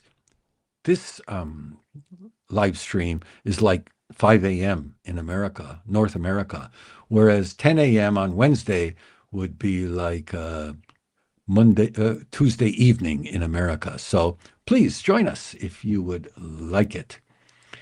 Okay. We're not gonna. Okay. All right. Blood Meridian is also always a classic. If you haven't read it, I highly recommend it. Blood Meridian, what's that about? Maybe, I can only imagine. Greg says, you mean those Yanks in Okinawa standing by to defend Japan and die doing so? Well, looks like we got a discussion going. Seiyun Hades set the Tokyo track record for 1,800 meters last year in the Epsom Cup. If he's in form, he has the edge. Okay, looks like we got a couple of horse guys here. Okay, looking for hot tips. Boy, this channel is good for everything, isn't it? Tokyo Dano says, I agree 100%. Okay, good for you. Axeman Japan. I could recommend a fiction I love. I Am Legend. Makes you really consider your legacy and what you do if all you had was the voice in your head. That title rings a bell for some reason. Okay. Okay. Oh, wow. Oh, wow. Oh, let's go down to Mount University here. Same bed, different dreams is, among other things, a fictional retelling of the Japanese occupation of Korea. Mm. But it's so much more than that. A very special book. Now, that sounds interesting. I'd like to know more about the Japanese occupation of Korea. Is it written, from whose point of view is it written? Um, yeah, from whose point of view is it written? Now there is a discussion going on in the comments, but I'm just going to say, you people are free to have your discussion, but I'm not, go crazy. But I don't. I'm not going to be calling it up onto the screen here. Um, yeah, yeah. I mean, it's you know. I'm often being told, "Oh, you should put in a comment that says, be polite." And I don't want to do that. People should know how to act in public. Okay. So, I Am Legend was a book made into, yeah, Will Smith. That's right. That's where I know it.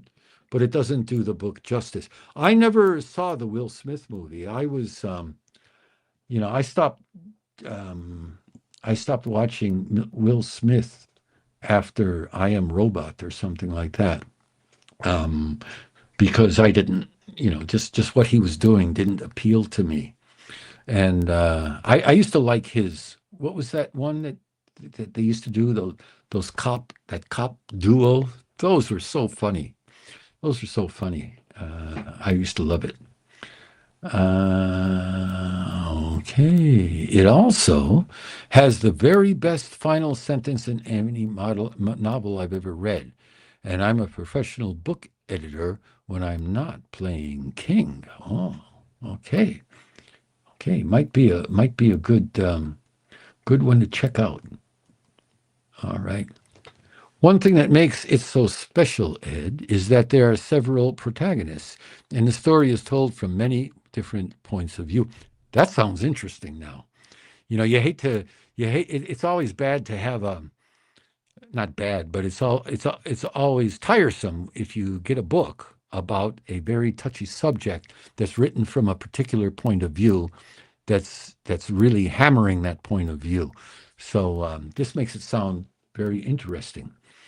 It is set primarily in New York, but with lots of flashbacks to the occupation. Okay, okay. Yeah, if you're talking about the occupation of Japan, yeah, there's if you want to read a really good book about the occupation of Japan, it's one that I read in at Sophia University. It's called Japan's American Interlude. And that did a really good job of describing what was going on during the occupation. And it's a very long book. I savored every word. Banga University. Yeah, isn't that something when you've got a really long book and it just draws you in and you're enjoying every sentence and every line, and then you get to the end. Hmm. There was a book when I was a young kid. There was a book by James A. Michener. Actually, he did a number of books like this. But the book that I remember very well was Hawaii. And, the thing was in paperback, it was about this thick. And from the very beginning, it draws you in, and you can imagine everything that's going on, and it takes you through. And, it's a novel. I'm not saying it's history or anything like that, but it really let you capture the feeling of Hawaii, what he was discussing at the time. And you're reading this thick book, and it's part of your life since it's so thick for such a long time. And then you get to the end, and you almost feel like, well, what do I do now? Kind of thing. Bad Boys. That's the one I'm thinking of, Axeman. Bad Boys. Love that. Love that. Love that. Independence Day. Yes. Independence Day was also very good. Also very good. Yeah, Will Smith. Too bad he was whatever happened to him, castrated or whatever. All right. Uh, mm, mm, mm. Well, I mean, what am I going to do? Yeah, what am I going to do? I'm not so open-minded. I'm not completely open-minded when it comes to um, comments on the videos. I mean, and there are some really bad ones on the videos too. And if someone really gets out of line, I don't, I don't, I'm not very, um, uh, I don't have much patience with people like that. Now, if somebody says something that I don't like, that's okay. But if somebody looks like they're just coming in to start trouble, I don't let that stand very long. So, but this is a real time thing going on here. I don't want to, what am I going to do? All right, buy it and read it. If you don't like it, I'll read. Oh, wow. I'll tell you what, I'll buy it and I'll read it. I'll say I don't like it. You reimburse me, and I'll take the money and put it on a horse that's, no, I won't. I probably will, I probably will like it. I like to read. Everybody likes to read. David, that was a slow pace. Oh, the more horse talk, but Myler, do you think he'll duplicate it? Okay.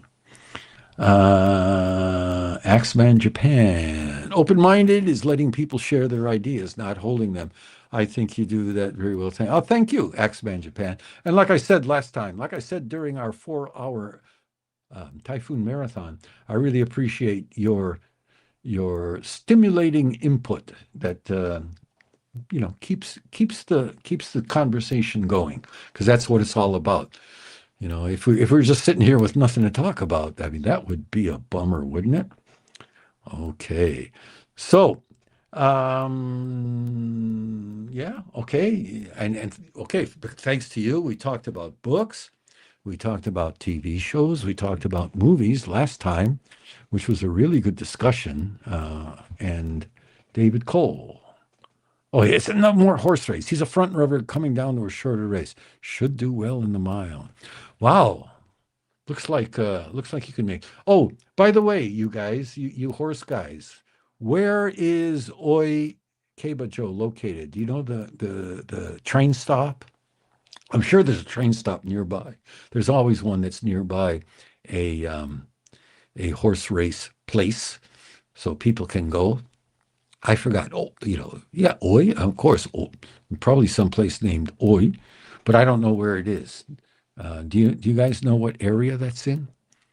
Okay. Well, like I told you, I've got a whole bunch of stuff in my mind for videos coming up, and I think I've got it down now. I've got it down to a system where I know how to keep things in, what shall I say, in timed right. I have to finish this by this day, that by that day, and I solved the problem with narration.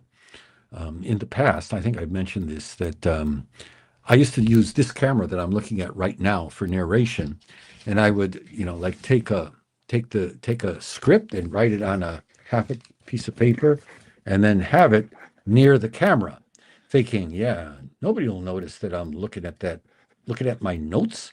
But yeah, I mean, it was obvious. You just can't, even if it's nearby, you just can't. You can't not move your eyes to look at it. And but if you can, you're a much better human than I am. But so I finally figured that out. I think I mentioned here before, I was able to. Oh, a long time ago, I bought a what do they call those? Teleprompter. So I'm able to mount a camera behind the glass and have my notes going by on the glass as I look into the camera, and it's really nice. And I think that the videos look much better when I do it that way.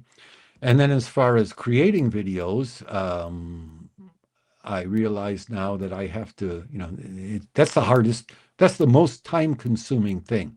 I've been able to cut my video recording time to like 1/3 of what it was using that teleprompter.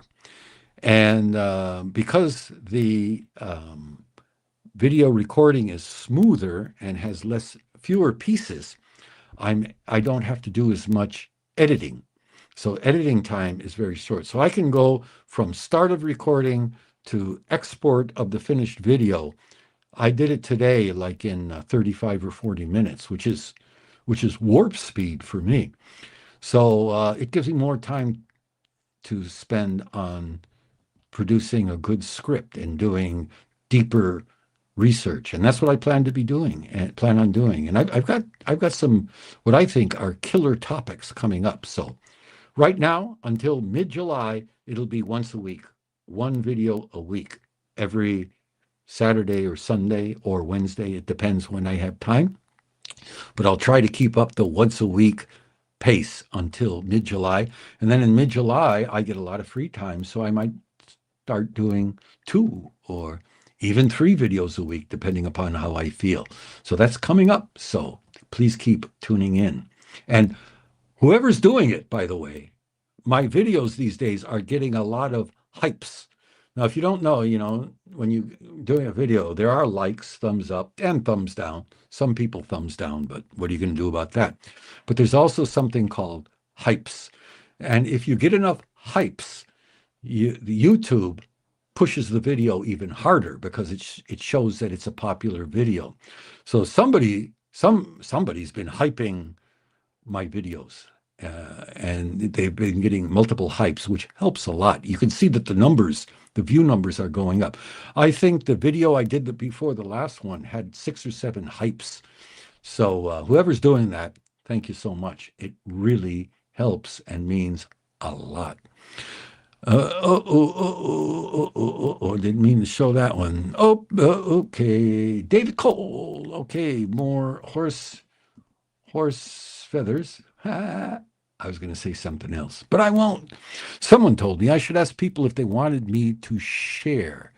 And it was a great point. I'm too full of unsolicited advice. No. I mean, I think, I don't know. I mean, especially in a discussion such as this, I mean, it's always nice to have people who are active. And I don't think anybody is going to hold anything against you if you share what you want, share your experiences, share your opinion. Fine, that's what a live stream is all about. I mean, I could sit here and shoot my mouth off for an hour and a half or 2, but that wouldn't be interesting. It wouldn't be interesting for me. I don't like. There's one other guy who does a Japan-centric video, and he's always pontificating. Like, I know, and let me tell you, because this is the way it is. But I don't like to do that. There are a lot of people, a lot of points of view. Another great book is Camp of the Saints by a French author. Camp of the Saints. That sounds interesting. So David answers my Oikeibajo is between Hamamatsucho and Haneda Airport. Oh, not in my neighborhood at all. On the monorail to the airport. Okay. Now that you mention that, I can remember seeing that stop when I went to Haneda. Thank you. Thank you for letting me know. And the closest is Oikeibajo Mae Station. Yeah, that's close, right? All right. Just by the name, it's close. On the monorail transfer at Shinagawa. Okay.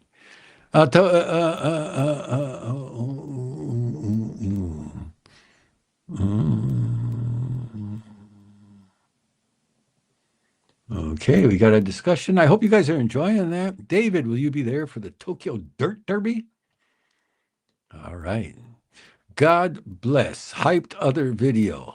Please get hype button for your next videos, and I'll try to hype as I can. Aiko, onegaishimasu. Love your content. Thank you so much. I grew up in Syracuse, New York, but lived in Japan for over 50 years. Wow. But you have a Japanese name. So you grew up, were you born in Japan? Huh? Grew up in Syracuse. Were you born in Syracuse? You sound like you have a really interesting story.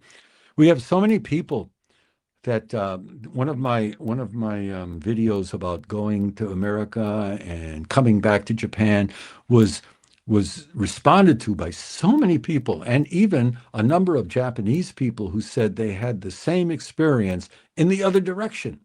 They went to the States from Japan and lived in the States or Canada for a long, long time, and then tried coming back to Japan and had a really hard time.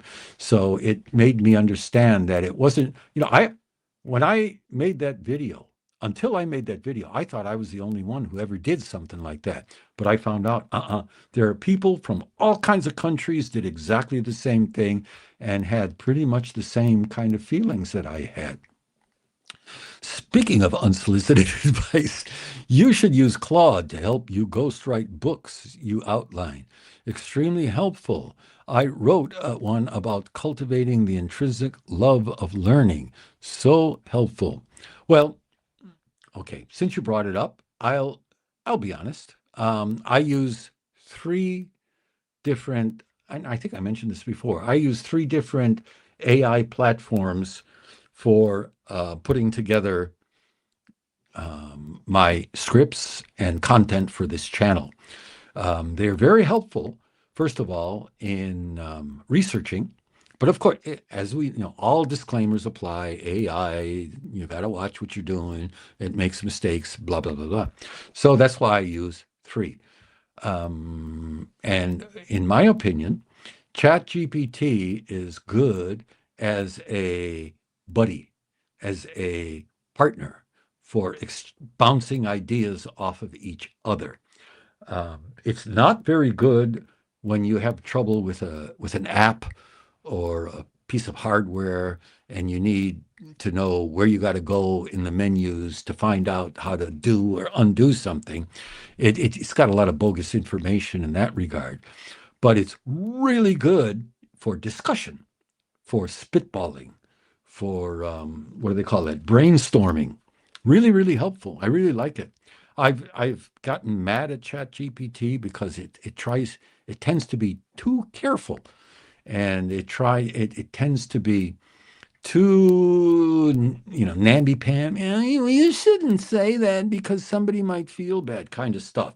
So you got to watch it. But as far as hey, ChatGPT, I got this idea about doing this. What do you think? And the back and forth, I start firming up my thoughts.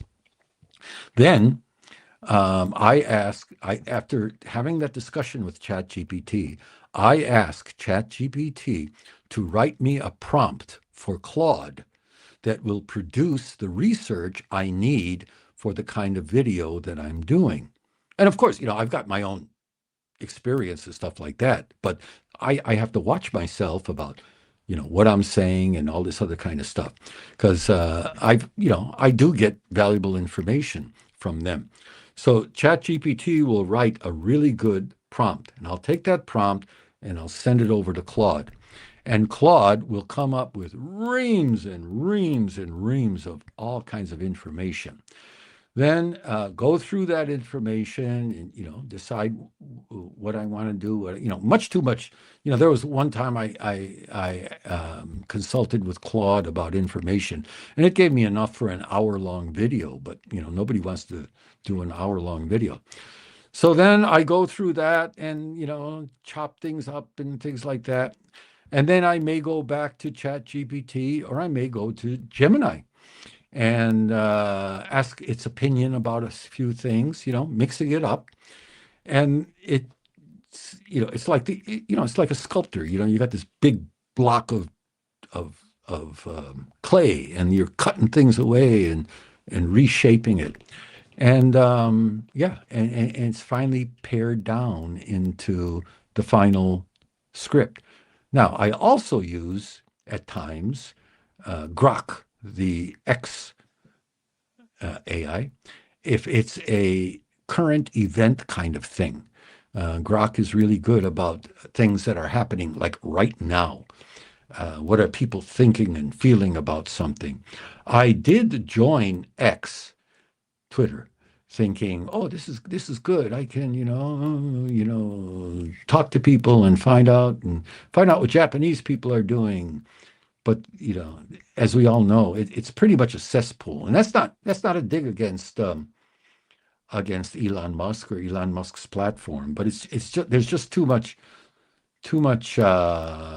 bad stuff on there to have to get through to get at the good stuff. So yeah, that's it. I agree. Claude is good. Claude is good. I've never used it. I've never said, "Hey, Claude, write this for me." But it is a process. The last video I did took a full week. And though I used AI to help me out, that's all me, right? I mean, you can tell AI if you hear it, I'm sure. Okay, all right, Japan. Oh, more horse race stuff. Axeman. Again, definitely liberty or death, unfiltered until death. Okay. Good night and good morning. I'm going to bed. All right. Nice to see you. Are you back? Are you in North America? That's the good night and good morning land.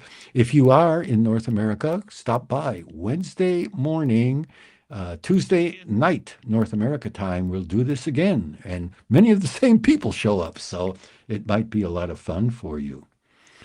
Okay, Ash Sasaki, writing a letter, writing something to Alexander Kurtz. I think that's part of the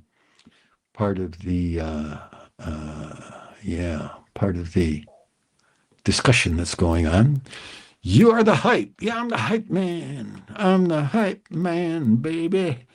Yeah, it really hypes me up to see those hypes. It really helps a lot. Okay, for the love of God, please don't use AI to write books.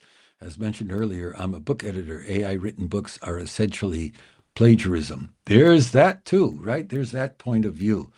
Again, I'll say I think AI is really great for research or getting some basic information from which to start writing a script or writing a story or writing an essay. But I wouldn't say, "Hey, AI, write this for me." I'd be too scared to do that. Japan Gambler Diaries. More horse race. Okay. I'm gonna stop calling up the horse race stuff unless it's generally applicable too. Okay. Hey, Southern Ibaraki, Takahito. Nice to have you here. As I've said to people here many a times, I used to live up in Tochigi. Do you know Yaita? I was in Yaita for 10, 11 years. I really liked it up there. I used to go to Ibaraki to play golf every once in a while, up near the Twin Ring Motegi car race track up there. So welcome. People from that area are always welcome here. New subscriber. Hey, thanks a lot for the subscription. Really appreciate it, and I hope you enjoy it. You join us here on Wednesday morning too. Wednesday morning, 10 a.m. Last Wednesday during the typhoon, we went 4 hours in the live stream. Now, if you're working, that's you can't do that. But okay, all right. So, Manga University AI is, however, a valid tool for an author to edit his or her original writing. That's right. AI is really good for catching spelling mistakes. I think it helps. When you're writing and you're into your thing, there's always the danger that you're going to be repetitive and or meandering, and AI helps me catch myself about, hey, you said exactly the same thing down at the end as you said at the beginning. You might want to watch that. But like I said, sometimes I reject AI's advice too. So, okay. So Aiko tells us her story. Born in Okinawa, left at 4, lived in Syracuse 13 years, left at age 17 to bring Okinawa mom to home country for doctor care, met Mr. Wonderful and been married for close to 49 years. Congratulations. Congratulations, Aiko. That's so nice. I also am a long-term married soul myself. And yeah, my wife also met Mr. Wonderful. I can say with some conviction. Okay. So that's very nice. You know, Aiko, I've never been to Okinawa. Maybe one day I'll go down there and visit and we can get together and have a some kind of an interview together, and I can record it and I can put it up on the channel. I keep saying that to people all over Japan, but when I get past July, mid-July, and I get more free time, maybe I'll start doing that. Going to meet people, put a bunch of videos in the pipeline, then getting on an airplane or something and going down to Okinawa, or I got to make it out to Nagano and got to make it down to Osaka and places like that, and like meet the viewers kind of thing. So if I'm ever able to do that, Aiko, I would really like to get together with you. Okay.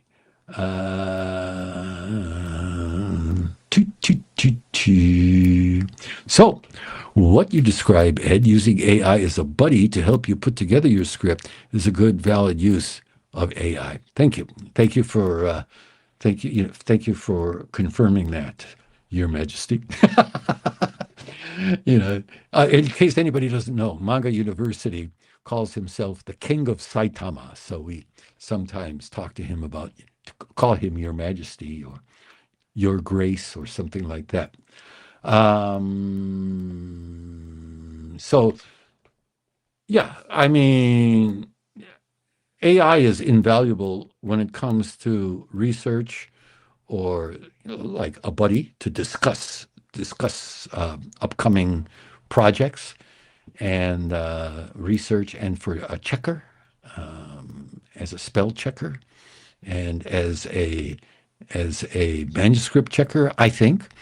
But yeah, I don't think I would ever say, "Hey, AI, produce this and take what it produces and just stick it somewhere." I think that's too dangerous, even now. In the future, who knows? My chant profile prompt guide. I say always give me feedback as if from a disproving, cynical relative, and it works like a charm. Ah, don't get too cute with that prompt. If you said like, give me feedback as if from my wife, everything would be rejected. I'm just joking. I'm just joking, Eichel.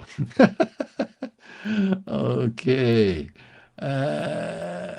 Okay. Paul says, I find that Opus 4.6 is really good for bouncing ideas off of. I have to confess, I don't know that much about Opus 4.6. Okay. Like I said, ChatGPT was the first AI I ever used, and I really liked it for a long time. But these days, it's starting to. I don't know. I don't know what's going on. It goes into these long lectures about things you never even asked about, and warning you about things. I mean. It's really, really annoying after a while. I do sort of the opposite. I would bounce a lot of stuff off Opus 4.6. For doing the research, I would use deep research on Chat GPT. Okay. I don't use deep research. Maybe that's what's wrong. I may try that. Okay. Opus 4.6. What is Opus? is Opus 4.6 is Opus 4.6 its own thing, or is it a one of the AIs in under some AI umbrella? I'd like to know more. Pardon my ignorance, you know. Okay. Oh, car race became horse race. Okay. David, good luck tomorrow. You too. I hope you guys become rich enough to take all of us out to dinner or something like that. So, AI for helping with books is just giving potential to let people start writing who might not feel they can wrap it up. I had an outline for years and felt trapped. The ideas wrapped up. The ideas wrapped up. The ideas once wrapped up. It was amazing. Oh, okay. Okay. All right. So plagiarism could be some, but it depends on your outline. I'm a big believer in open source. Aiko says, yes, come down. I just might do that. Just might do that. I'll tell you, I'll try to come down. This is not a promise yet. I'll try to come down and bring my wife along, and then we could have, similar, we could have a real cool talk, I think. Wouldn't that be cool? We're both in basically similar kinds of situations. That would be so much fun. That would be so much fun. Okay. Aiko, if you can, on my channel, on the front page of my channel, there's a link that says more. If you click that link, it'll say something like contact or email. If you click that link, it'll show you my channel's email. And if you can drop me a line, then when I do come down, we can get in touch by email, which is much easier than trying to do it in this kind of place. So please take a look. Try to find my email. And if you can't find it, let me know and I'll send it to you. Okay. Fukushima here. Okay. Were you up there for the big one? Fukushima. Like I said, I was in Yaita. Yaita was only like 100 kilometers or so from Fukushima, not that far away at all. It became a hot spot after the earthquake. That's where I was when it hit. Really scary. Manga University, I think that's an excellent use of AI at X-Man Japan. Good to know. Oh, Opus 4.6 is Claude. Okay. That's good to know. Yeah, I'm still using the free version, so I think I'm just Sonnet. And even that does very well. Okay, Aiko's got to go. Nighty night, Aiko-san. Like I said, if you can, drop me an email. And if you can't find the email address, let me know and I'll send it to you in the comments. Not sure how powerful your computer is, but you should consider running a local large language model. I wouldn't even know. I wouldn't even know where to begin doing that.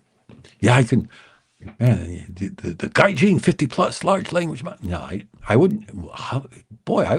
I wouldn't even know where to start. But I bet if I went on Claude and asked, it would tell me, wouldn't it?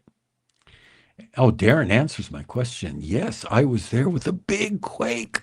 I had to move because the damage on the house. How about the tsunami? Did it? Well, evidently not. Or did it? Or what? Did you have to go up and climb up on a tall building and watch the neighborhood get washed away? That's some depressing footage, isn't it? I was in Tochigi, and Tochigi is a landlocked prefecture. And when it hit in Tochigi, it caused some physical damage. Block walls fell over, big plate glass windows on car dealerships exploded and stuff like that. Some houses had their walls fall down. A lot of houses had their tiles fall off the roof. And I thought, man, damn, this is bad. This is a lot of damage. Not knowing what was happening anywhere else because there was no electricity, there was no water, there was no telephone, there was no TV, there was no nothing. And I don't think we had smartphones yet, but I did have a portable phone. And so that evening, knowing that my family probably saw this, I called my father. And even though I was unable to contact people in Japan by phone, I could contact my father internationally. And I called him up and I said, yeah, just to let you know we're okay. Yeah, it was pretty horrible. And he says, yeah, I saw that tidal wave, going, destroying. And I said, tidal wave? Knew nothing about it. And that's when I finally found out about it, I realized that as horrible as I thought I had it, it was nothing. It was laughable compared to the way things went in the coastal prefectures. Very, very, very bad stuff. Okay. I had you. Yes, if you just ask Claude about how to get set up with a local large language model, it would probably take you about 10 minutes. Oh, it's so tempting. Okay. You could start with Olama. It's open source. This must be the smartest group of YouTube viewers in YouTube on the internet. I learned so much from you guys. Okay. I don't live at the coast, so no tsunami here. Okay, lucky you, huh? Lucky you. But even so, I mean, it must have you must have had a bad earthquake. I mean, shaking there. It was bad enough where I was at. I mean, it was really scary. I think it wouldn't stop. That was the problem. It just wouldn't stop. It just went on and on and on. Usually an earthquake lasts what, 15, 20 seconds? Not that one. That one just wouldn't stop. Okay. Oh, Lama, Claude, oh, Mama. It's so tempting, so tempting. Okay, now that you brought it up, and sorry for those who are not, interested in tech, what would be the advantage of your own large language model? I guess you could control the guardrails. Is that it? You could control what is.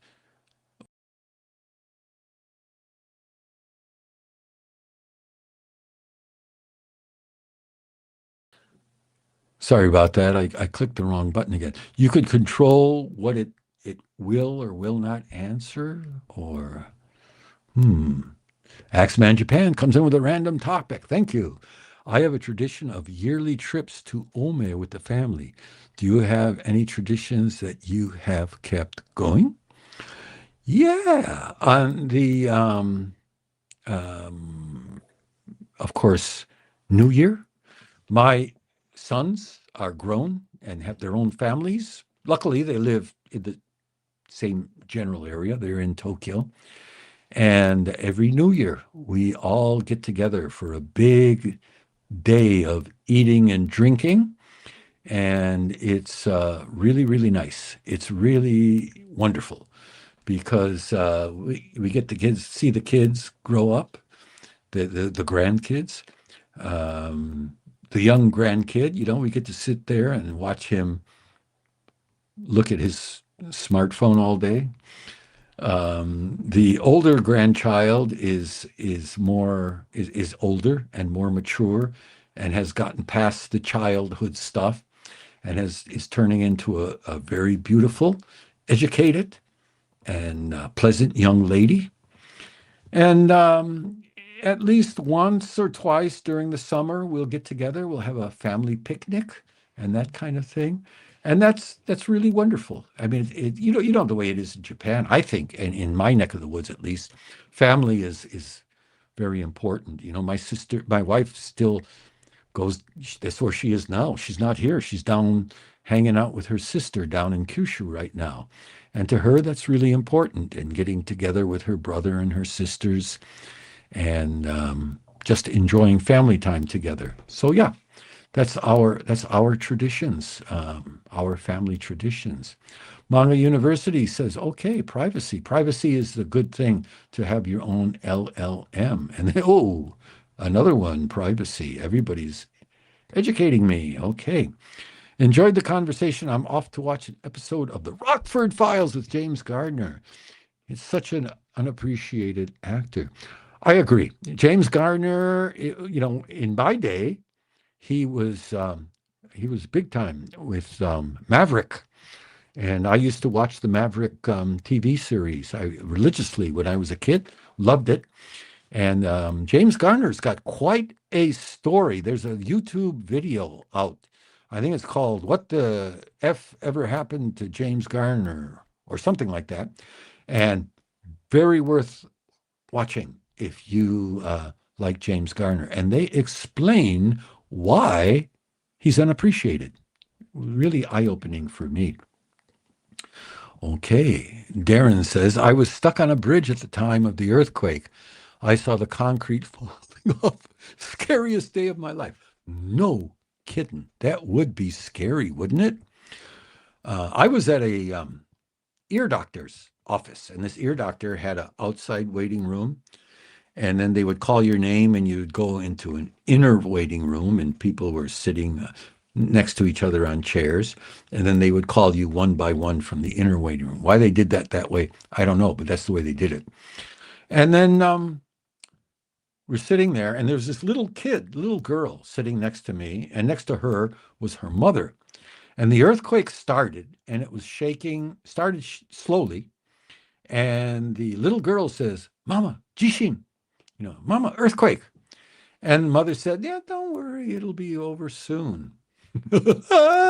And then it went wham, wham, and all the adults go wow and ran out of the room.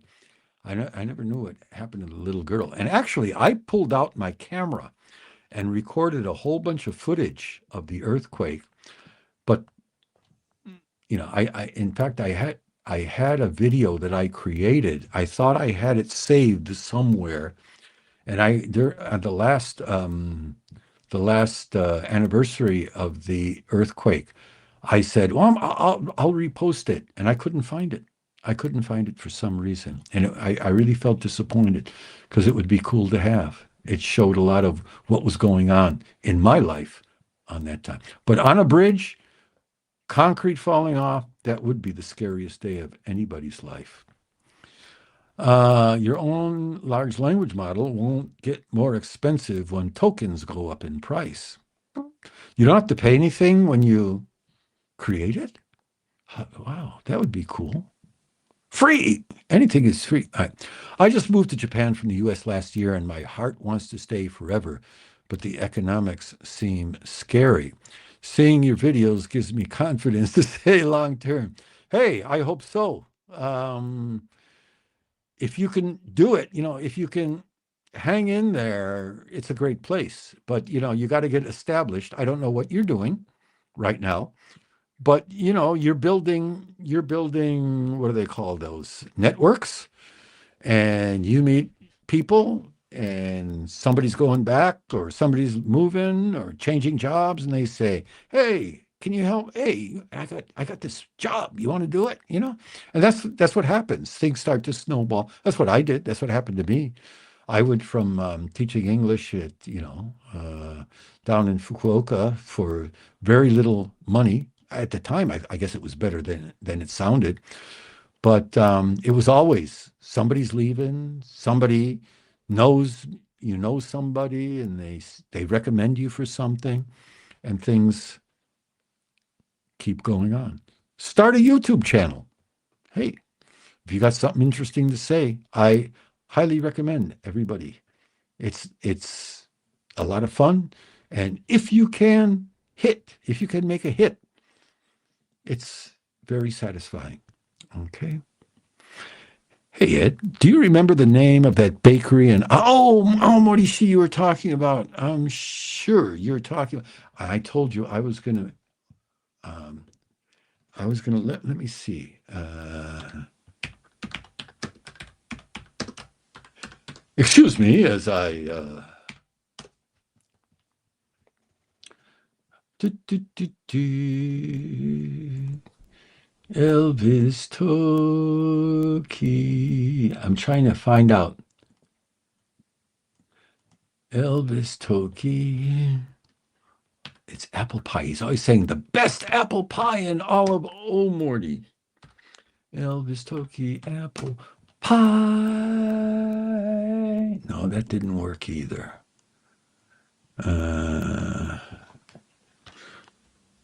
Apple. He said it's right near Aomori Station. Apple pie, Aomori Station.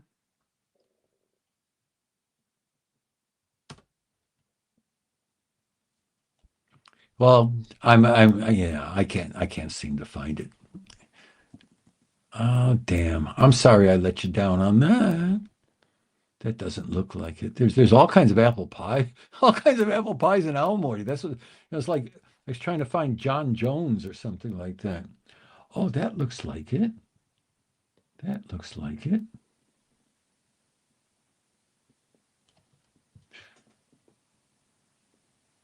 Okay. It says cafe two-way, but that doesn't sound right. It doesn't sound like what else. Okay, I'll try to. I will. I will. Ed will not forget apple pie. I even started a new note paper so it'll appear at the top.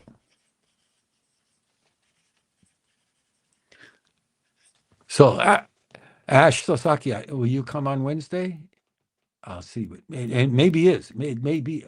Okay, what am I doing? He suggested a name. A Factory, right? Aomori. Wow. That's a nice place. That may be it. A Factory, Aomori. That's quite a building, isn't it? A Factory.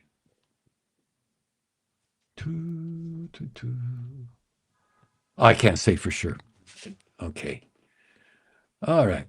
I hope my kids want kids. Why do you think they wanted kids when many don't want kids these days? I don't know. But they both have only one kid. So, and they both married relatively late.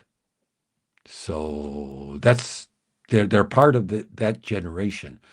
I don't know about you folks, but I got married. I was like 23. Both my kids were like 30 or even over 30. So they are the marry late generation. Tokyo Dano says, even without an earthquake, people with ear problems have trouble balancing. Yeah. And as you get older, that's so horrible. The balance. I was going upstairs. It was during rush hour. I was coming up out of a subway station, and I'm feeling pretty good. Chuck, chuck, chuck, chuck, chuck. Keeping up a good pace. And then I got to the last four stairs, and for some reason, the optical, the view, I don't know if the view or something or the perception, I became confused about the stairs, and the tip of my shoe caught one of the stairs. Like, went forward and caught myself, and I felt like Joe Biden going up the stairs to that airplane or something like that. I stumbled twice, and it was really embarrassing. But that's part of getting old. Your balance does go. Okay, and I've always been a pretty unbalanced kind of person. No, I think I'm a balanced kind of guy. Okay. All right. Well, we're 2.5 hours. This is probably one of the longest live streams we had. I guess Carl's just too bushed to make it. We'll see what we can do about if he can get back into normal human rhythm next week. I really thought he was going to be here. That's why I put that announcement up in the live stream schedule. I really thought, Carl, but he is here. He is here. I did have an exchange with him, and he was very apologetic. But you can't. Can you imagine forcing a guy to come and participate in a live stream while he's dead tired? Boy, that would be horrible. My current screen here, nothing but apple pie, aomori apple pie. Doesn't that look good? Giving me a hankering for apple pie. Is this A-frame or whatever it is? A Factory? Is this located near the station? Because Elvis Toki was always saying that this apple pie place is if you come out of, he says, if you go to Aomori Station, it's right there in Aomori Station. And there's this, the guy who runs it is this round guy they call JUN, and he looks like a typical bakery kind of guy. Oh, maybe it's that. Maybe it's this place. Who knows? Yeah. Do you know the guy who runs it? Is it Jun-chan? Yeah. Actually, Elvis Toki, he's that Elvis impersonator. He has a drinking place, a tavern, not tavern, like a snack up in Aomori. And he's these days he's touring here and there and all over the world. And he's only open a couple times a month. But every once in a while, he's there at his drinking place. And he does, they do singing and karaoke and stuff like that. And I keep telling him, if I can ever figure out when you're going to be there and I got time, I'm going to go up there and I'm going to, visit your place.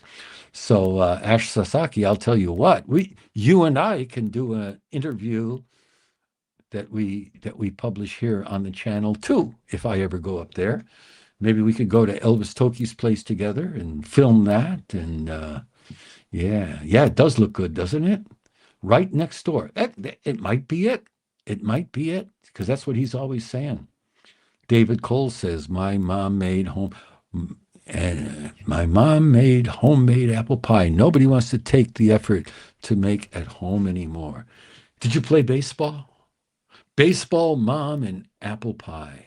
Those are the three American things, aren't they? I wrote a song one time that included that. Baseball, mom, and apple pie, Sunday barbecue. I ought to play it here one of these days.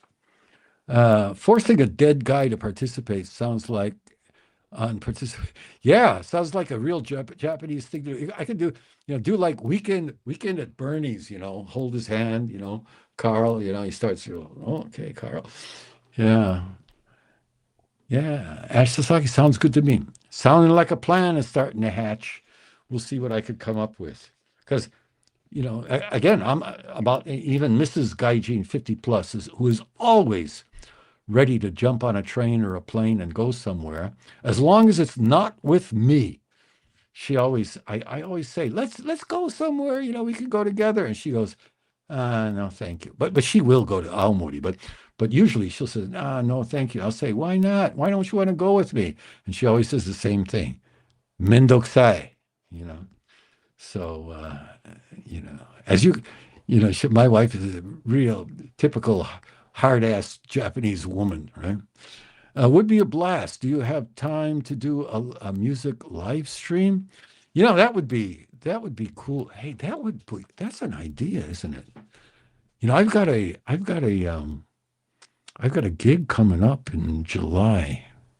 Let me think about that. But the on a live stream, the music would sound bad. Just remember that.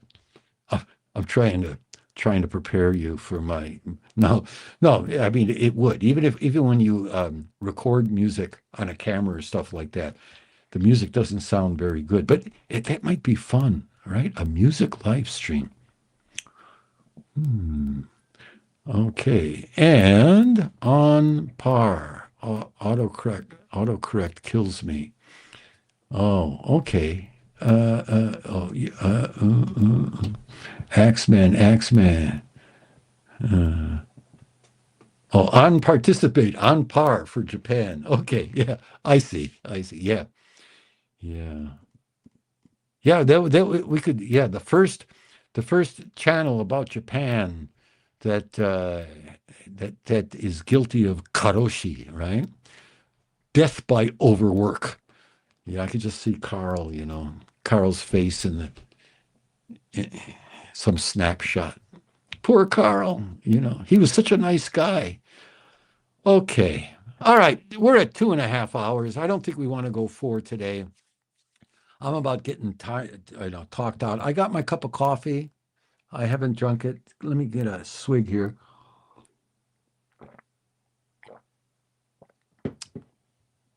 Just use an external mic. Yeah, I guess I guess it's I guess it's I don't know. Let me check a few things because in the past I used to have, if you don't mind, I'll keep going. I used to have an iPhone 10, and I once tried using my iPhone 10 to do a live stream while outside, a walk and talk live stream. So I whipped up my iPhone 10, got into live stream on YouTube, did a test live stream, 5 minutes or 10 minutes, and it was horrible. The audio was bad, the camera was bad, everything was bad. It was jerky and herky jerky and all this kind of stuff. So I thought, well, you just can't do it. So I checked with AI, and they said, well, you got to get this special software or subscribe to this special service and I thought, yeah, I don't want to do that. So I forgot about it. And then in order to use my teleprompter, I needed a good camera. Now, instead of spending over 100,000 yen on a good camera to use at the teleprompter, I thought, well, I'll spend a lot of money to upgrade my phone, which has a good camera. And I got an iPhone 17 Pro. The other day, I took this iPhone 17 Pro, did the selfie mode, pressed the start live stream, and talked for 10 minutes and directly into YouTube. I never published or anything like that. And it was great. It was wonderful, just as good as what you're looking at now. And of course, I used an external mic. I used a wireless mic, and it was fantastic. So I'm trying to figure out what I can do as a live, on the go, outside live stream. If I see something weird, live stream it, or if I witness an airplane crash or something like that. I can only dream, but yeah, I might try that. Plenty of musicians did live performance via Zoom and YouTube during the pandemic lockdown, so audiences are now used to the compromised sound quality. Okay, all right. I'll tell you what I'll do before I embarrass myself with something like that. I sometimes attend live shows of other people's.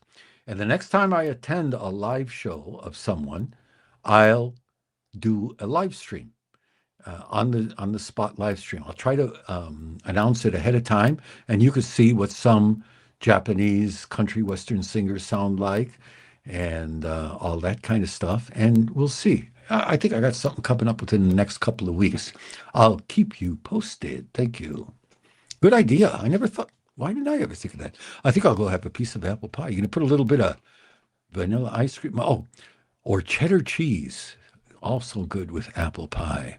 Phone mic doesn't pick up the correct frequencies. Yeah, that's always the problem. You need an external mic for music. Yeah, actually, I have a Blue Yeti microphone that I can plug into my phone, and that usually gets really good sound quality. But I don't. I hate the thought of carrying the Blue Yeti around with me. Axeman Japan says, "Thanks. Glad I could catch the stream." Okay, well, everybody, yeah, I think we're getting to the bewitching hour here.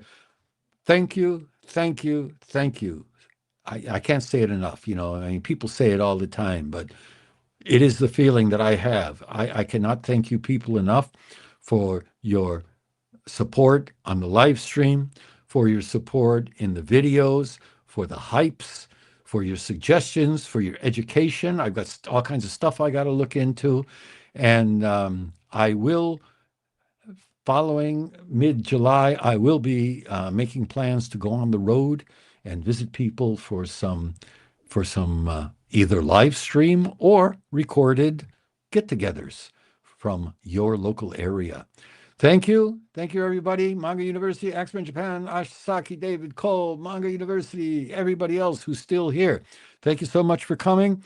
And thank you for making my day and night and everything in between. I'll see you next time. If possible, see you on, okay. See you on Wednesday. Take it easy, everybody. Bye.